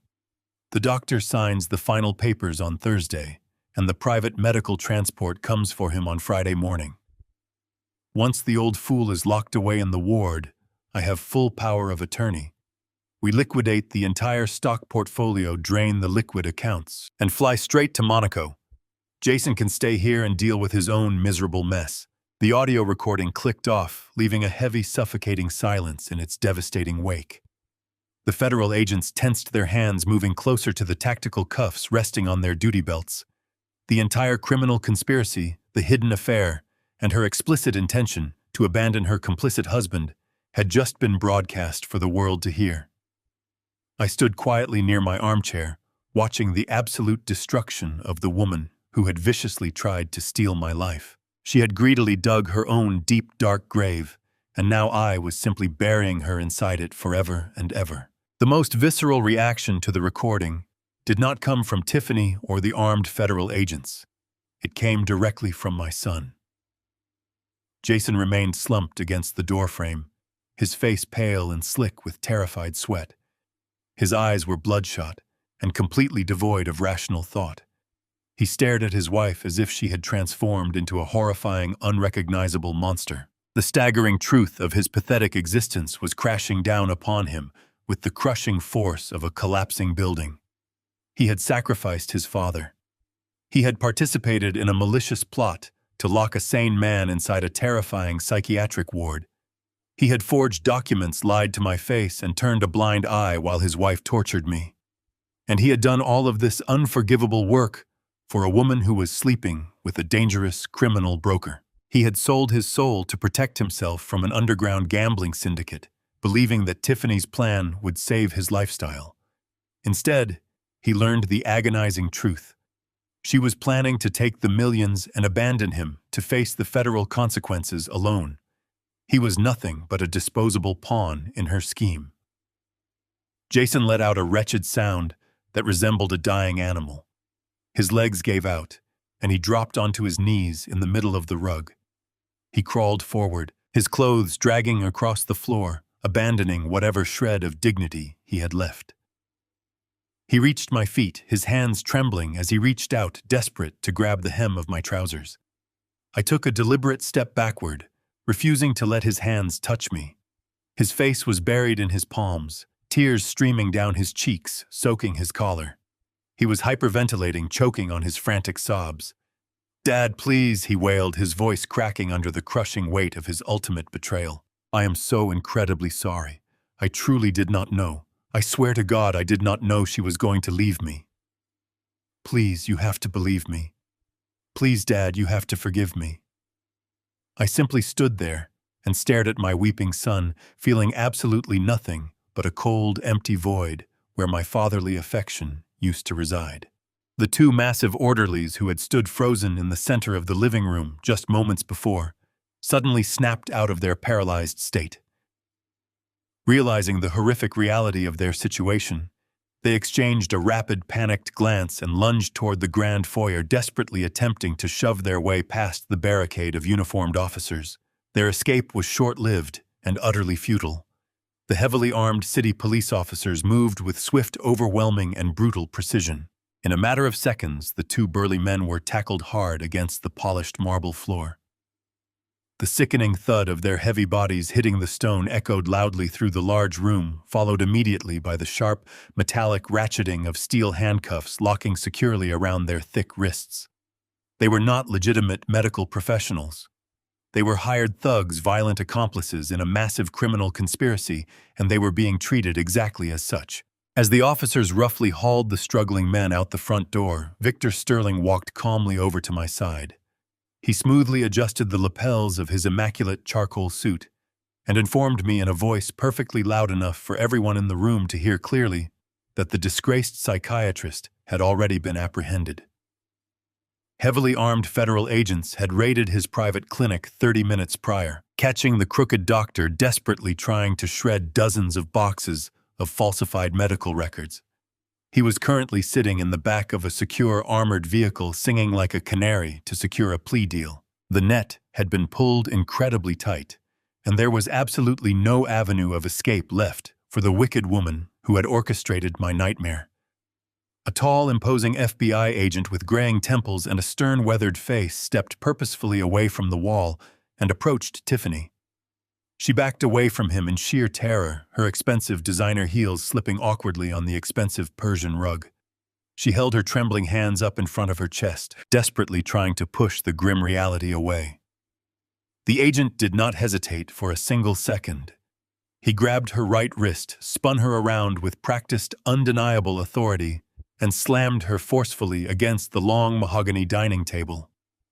Tiffany let out a sharp, breathless gasp of pure shock as the cold steel cuffs bit harshly into her perfectly manicured wrists.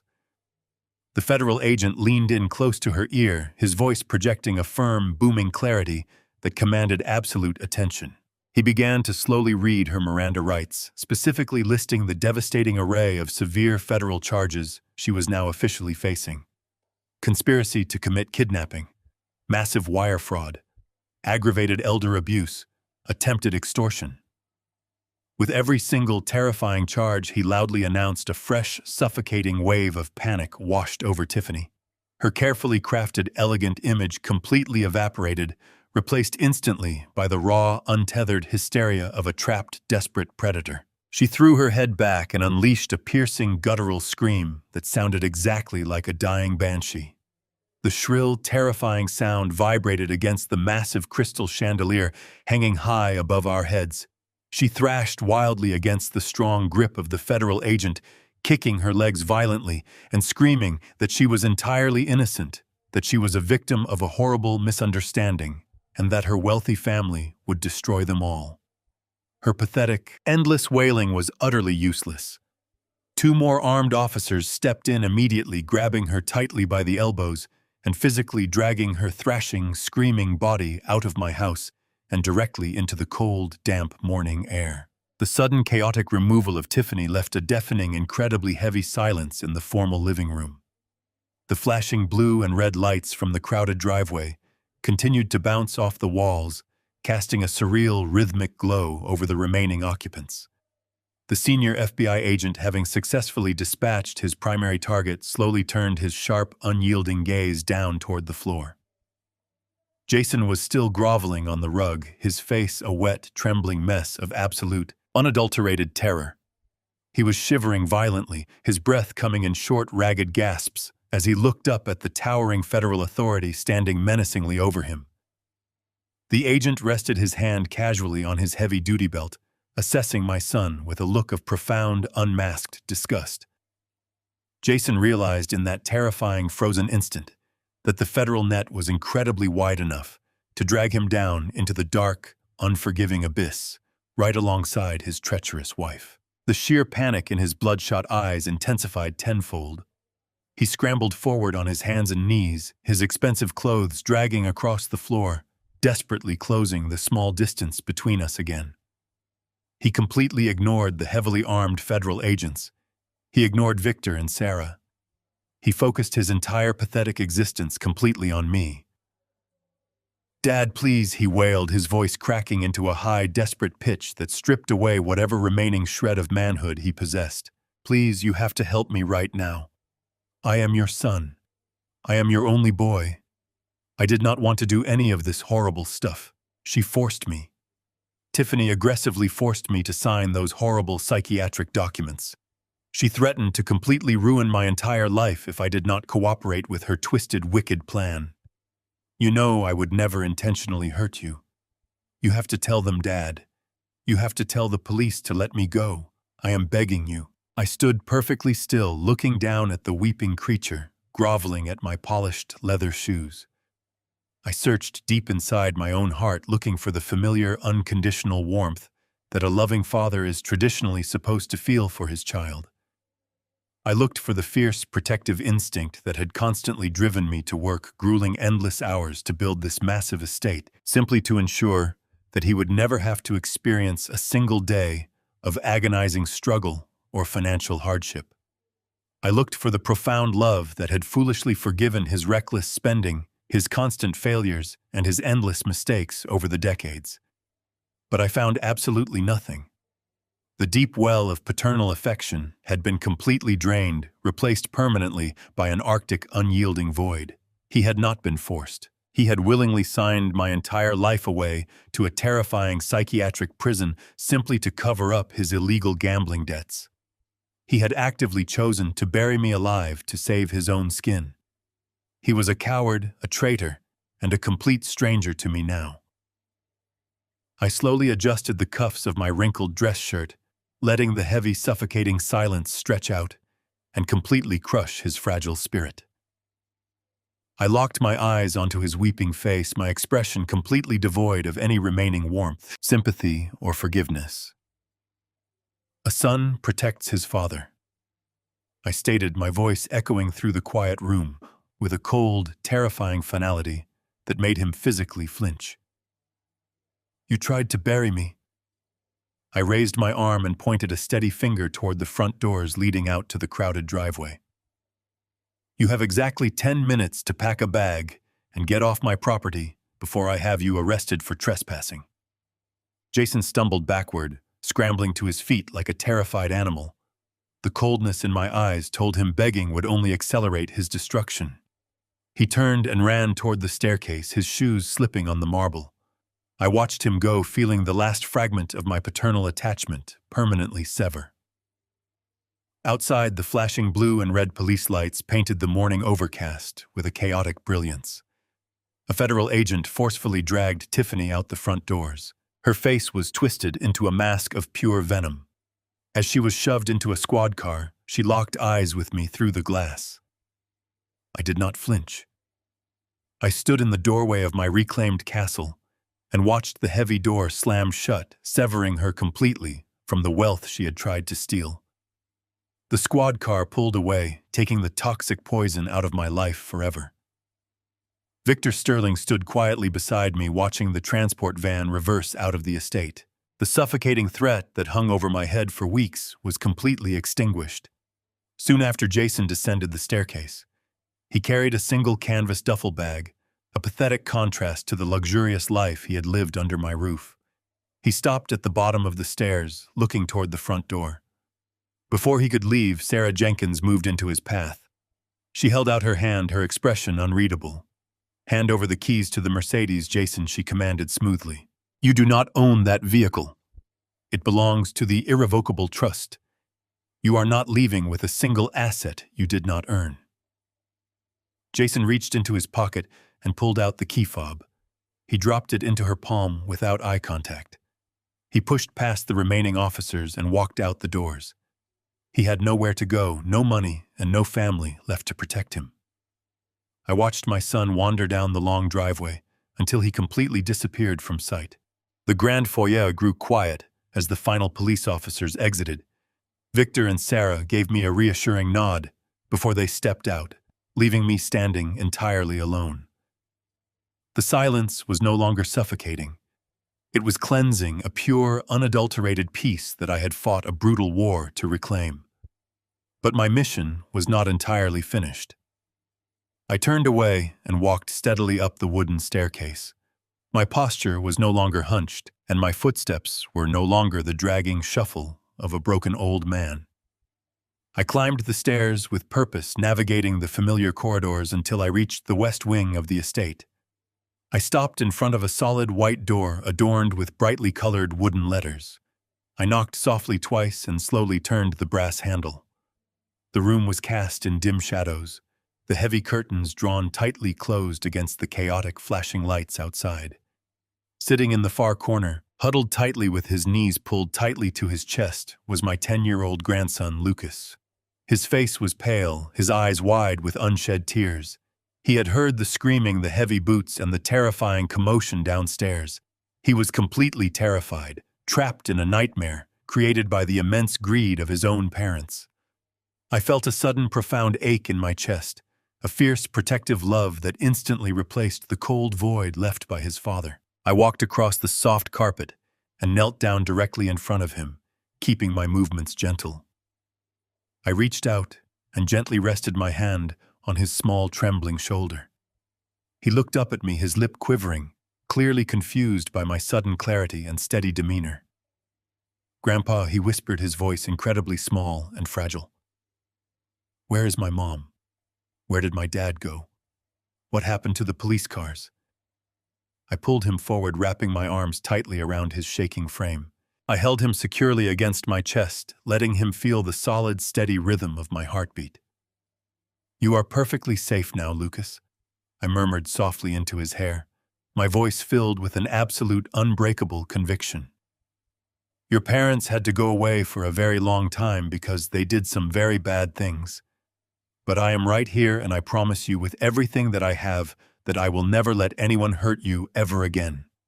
You are going to stay here with me, and we are going to be just fine." I held him until his trembling finally subsided, until the sheer terror washed out of his small body, replaced by the comforting warmth of safety.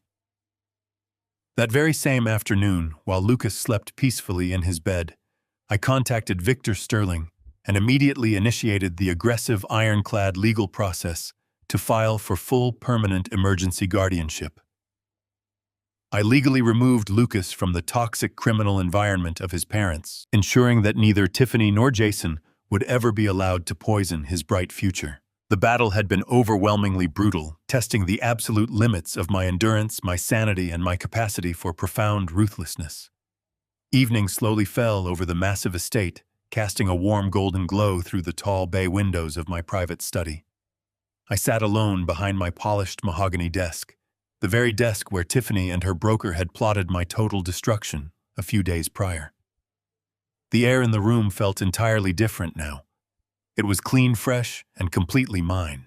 The heavy silence of the house was no longer a sign of impending doom, but a blank canvas waiting for a healthy life to be painted upon it.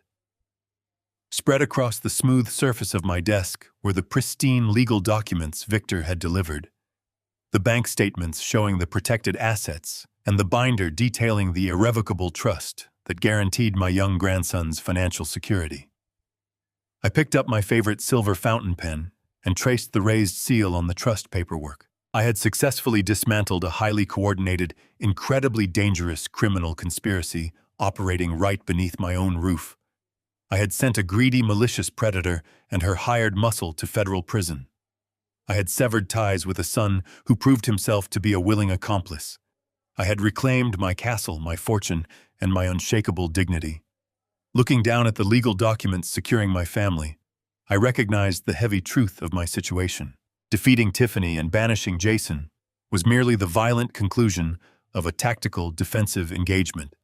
I had successfully survived the vicious ambush, but survival was only the very first step of the journey. I placed the silver pen back into its holder and leaned back into the leather armchair. I looked toward the slightly open door of the study, listening to the faint, comforting sound of the television playing softly down the hall where my grandson was resting. The vicious, desperate battle for my life and my fortune was officially over. I had won an absolute crushing victory against the people who wanted to bury me alive. But as I sat alone in the quiet shadows of my reclaimed sanctuary, I knew that the long, arduous war of rebuilding a fractured, broken family was only just beginning. 6 months passed, bringing a bitter winter that slowly thawed into spring. The chaotic storm that violently upended my life finally settled into a sterile legal procedure. I sat quietly in the wooden gallery of the federal courthouse, wearing a perfectly tailored navy suit, my hands resting calmly on my walking cane. I was no longer the frail, confused old man they had tried to invent. I was the primary witness, the architect of their absolute downfall. The heavy mahogany doors of the courtroom swung shut, sealing the fate of the woman who tried to bury me alive. Tiffany stood before the federal judge, stripped of her expensive dresses and her untouchable aura. She wore a standard beige prison uniform, her shoulders slumped beneath the crushing weight of reality. The highly publicized trial had been incredibly brief. Victor Sterling and Sarah Jenkins provided an irrefutable mountain of evidence. The federal prosecutors dismantled her illicit operation piece by piece. Marcus Thorne, the black market broker, had turned state evidence to save his own skin, detailing exactly how Tiffany orchestrated the fraudulent loan and planned to launder my estate. The judge did not display a single ounce of mercy. His voice echoed through the silent room with a terrifying finality. For the charges of massive wire fraud conspiracy to commit elder abuse and extortion, he sentenced Tiffany to exactly 12 years in a federal penitentiary without the possibility of early parole. She did not scream this time. She closed her eyes and let out a hollow breath as the heavy steel cuffs were locked securely around her wrists. I watched the federal marshals lead her out a side door, her head bowed in defeat. The criminal syndicate she tried to leverage was completely eradicated, and her glamorous dream of escaping to Monaco was permanently replaced by a cold, concrete cell. Jason did not attend the final sentencing. He could not afford the travel expenses nor the public humiliation. His fall from grace had been rapid, absolute, and entirely self-inflicted. Without my financial protection, and with his wife's fraudulent safety net completely destroyed, the harsh consequences of his massive gambling addiction had finally caught up to him. He was no longer the pampered heir living in absolute luxury. He was currently living in a dingy, roach-infested motel on the dreary outskirts of the city, paying his weekly rent by working the graveyard shift at a decaying, rundown gas station.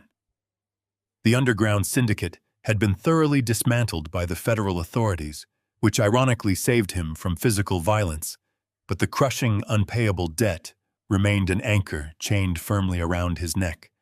He was completely broke, utterly alone, and drowning in a pathetic sea of his own miserable creation. I had kept tabs on his location through Sarah Jenkins, not out of any lingering paternal affection, but merely to ensure he maintained a safe mandatory distance from my completely reclaimed estate. I gathered my dark winter coat and began walking down the long, echoing marble corridor toward the main exit of the courthouse.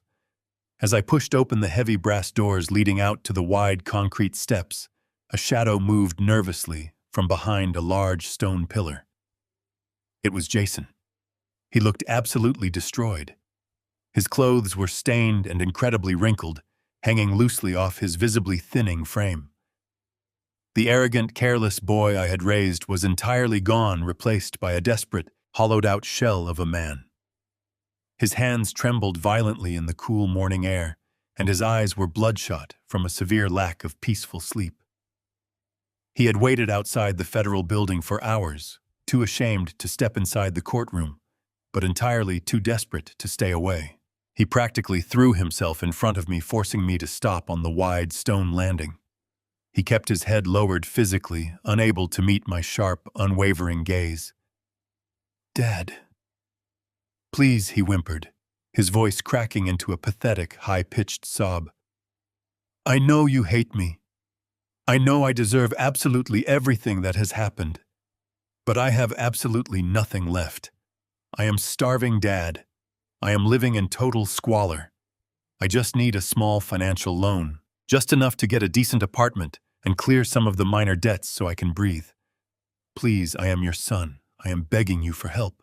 I looked down at the miserable creature shivering on the cold concrete steps. I felt absolutely no pity, no warmth, and no desire to rescue him from the dark abyss he had willingly leapt into. I reached into the breast pocket of my tailored suit and pulled out a single unmarked white envelope. I held it out between us. Jason's bloodshot eyes widened with a sudden, desperate flare of hope. He eagerly snatched the envelope from my steady hand and tore it open, expecting to find a thick stack of $100 bills or a generous cashier's check. Instead, he pulled out two very simple items. The first was a one-way, non-refundable bus ticket to a small rural town, positioned exactly 3 states away. The second item was a neatly folded piece of paper containing the name and address of a strict, highly regimented residential rehabilitation program specifically designed for severe gambling addictions and debt management. It was a harsh, unforgiving facility that required extensive manual labor and complete psychological surrender. Jason stared down at the pieces of paper, his trembling hands dropping to his sides as the crushing realization hit him. He looked up at me, his eyes brimming with fresh, terrified tears. "There is no money in here," he whispered, his voice laced with profound shock and mounting despair. "How am I supposed to survive?" I adjusted my grip on my walking cane and delivered my absolute final judgment. "Earn your life back, Jason," I stated, my voice smooth, cold, and entirely devoid of any parental warmth. "Do not beg for it." I did not wait for his pathetic response. I simply stepped around his trembling figure and walked confidently down the wide concrete steps, moving directly into the bright, brilliant sunlight of the crisp spring morning. I did not look back over my shoulder, not even for a single second. The dark, suffocating war for my life, my dignity, and my vast fortune was officially over, and the incredibly toxic poison had been completely extracted from my existence. A pristine, black luxury sedan was idling patiently at the bottom of the grand staircase, waiting in the designated loading zone. The driver stepped out and pulled the heavy rear door open for me. I climbed into the comfortable leather back seat, feeling a profound, unshakable peace wash entirely over my soul. Sitting quietly on the opposite side of the spacious cabin, wearing a bright blue baseball cap and clutching a worn leather glove, was my young grandson, Lucas. He looked up at me with a wide, genuine smile that instantly melted the remaining frost around my heart. "Are we ready to go, Grandpa?" he asked eagerly. I smiled warmly, reaching over to gently tap the brim of his cap. "We certainly are." "Lucas," I replied, "let us go." The heavy luxury sedan pulled smoothly away from the federal courthouse, leaving the towering marble columns and the dark, bitter remnants of my past far behind us. The bright spring sunlight streamed generously through the tinted windows, warming the luxurious leather interior and casting a bright golden glow across the dashboard. I looked over at Lucas, who was excitedly chattering about the baseball game we were about to attend, his small hands expertly pounding his worn leather glove in eager anticipation. The profound, suffocating weight that had relentlessly crushed my chest for months was finally permanently gone. I leaned my head back against the plush headrest, watching the city skyline gradually transition into the sprawling green suburbs, and allowed myself to simply breathe. That was over 6 months ago. Today my life looks entirely different. The massive $5 million estate no longer feels like a sterile, heavily guarded fortress waiting for a violent siege. It no longer echoes with the sharp, demanding click of Tiffany's expensive designer heels on the marble floors, nor does it harbor the pathetic, nervous shuffling of a coward, terrified of his own shadow. The toxic, suffocating atmosphere that once poisoned the very air inside these grand walls has been completely scrubbed clean. Now the high vaulted ceilings of the foyer echo with a much better sound. They ring with the pure, unadulterated laughter of a 10-year-old boy running freely through the expansive hallways. My home is finally exactly that. A home. Taking over the full permanent responsibility of raising my young grandson has been the greatest, most profound privilege of my entire life, but it has also been a journey of immense healing for both of us. In the beginning, Lucas was deeply scarred by the sudden, violent rupture of his universe. He was incredibly quiet, jumping nervously at sudden loud noises, terrified that the screaming and the chaos would abruptly return. It took months of absolute, unwavering patience to slowly dismantle the towering walls of anxiety his parents had inadvertently built around him. We started with simple grounding routines. Every single morning we wake up early and cook a hearty breakfast together. There are no more private chefs or demanding gourmet catering orders. We stand side by side at the kitchen island, flipping pancakes and burning the bacon, laughing at our own ridiculous culinary mistakes. Those quiet, undisturbed mornings have become the solid, unshakable foundation of our new reality. I am raising Lucas with a completely different philosophy than the one I disastrously employed with his father. As I reflect on the tragic, absolute ruin of Jason, the painful clarity of hindsight reveals my own massive failures. I loved my son, but I foolishly mistook endless financial enabling for genuine parental affection. I bought him expensive cars he did not earn. I blindly paid off his mounting irresponsible debts without ever forcing him to face the harsh music. I handed him a life of absolute unearned luxury on a silver platter, desperately hoping to buy his happiness and secure his loyalty. Instead, I heavily funded his staggering entitlement and bred a profound, treacherous weakness inside his soul. When the aggressive wolves finally came to our door, he did not have the moral strength or the basic courage to protect his family. He simply sacrificed me to save his own skin. I refuse to repeat that devastating mistake with Lucas. He is learning the true, undeniable value of $1 and the deep personal satisfaction of a hard day of physical work. We spend our weekends outside in the sprawling gardens, getting our hands deep into the damp soil, pulling weeds and planting fresh vegetables. He has daily chores that he must complete before he is allowed to touch a video game console or watch television. He earns his small weekly allowance through discipline, respect, and consistent effort. I am teaching him that true character is forged in the fires of personal responsibility, not handed down through a massive trust fund. He is growing stronger, more confident, and incredibly resilient every single day. People have quietly asked me if it hurts to completely sever ties with my only son, leaving him to struggle alone in a cheap, rundown motel while he works a miserable graveyard shift to pay off his massive gambling debts. The honest, uncompromising truth is that it was the most agonizing, heartbreaking decision I have ever had to make. But life requires brutal, uncompromising choices to ensure basic survival. When a limb becomes heavily infected with a toxic spreading gangrene, a good surgeon does not hesitate. He does not negotiate with the infection, nor does he offer it endless second chances. He forcefully amputates the dying limb to save the life of the remaining body. Jason and Tiffany were a terminal infection that nearly destroyed my entire existence. Severing them completely was the only way to save my innocent grandson and reclaim the peaceful twilight of my life. The evening sun slowly dips below the distant tree line, casting long, dark shadows across the manicured lawns of the estate. The house is completely quiet now. Lucas is sleeping soundly upstairs, exhausted from a long afternoon of playing catch in the backyard. I walk slowly down the long corridor and step quietly into my private study. The heavy mahogany door clicks shut behind me, sealing me inside my sanctuary. A warm, crackling fire burns steadily in the large stone fireplace, fighting off the slight chill of the autumn evening.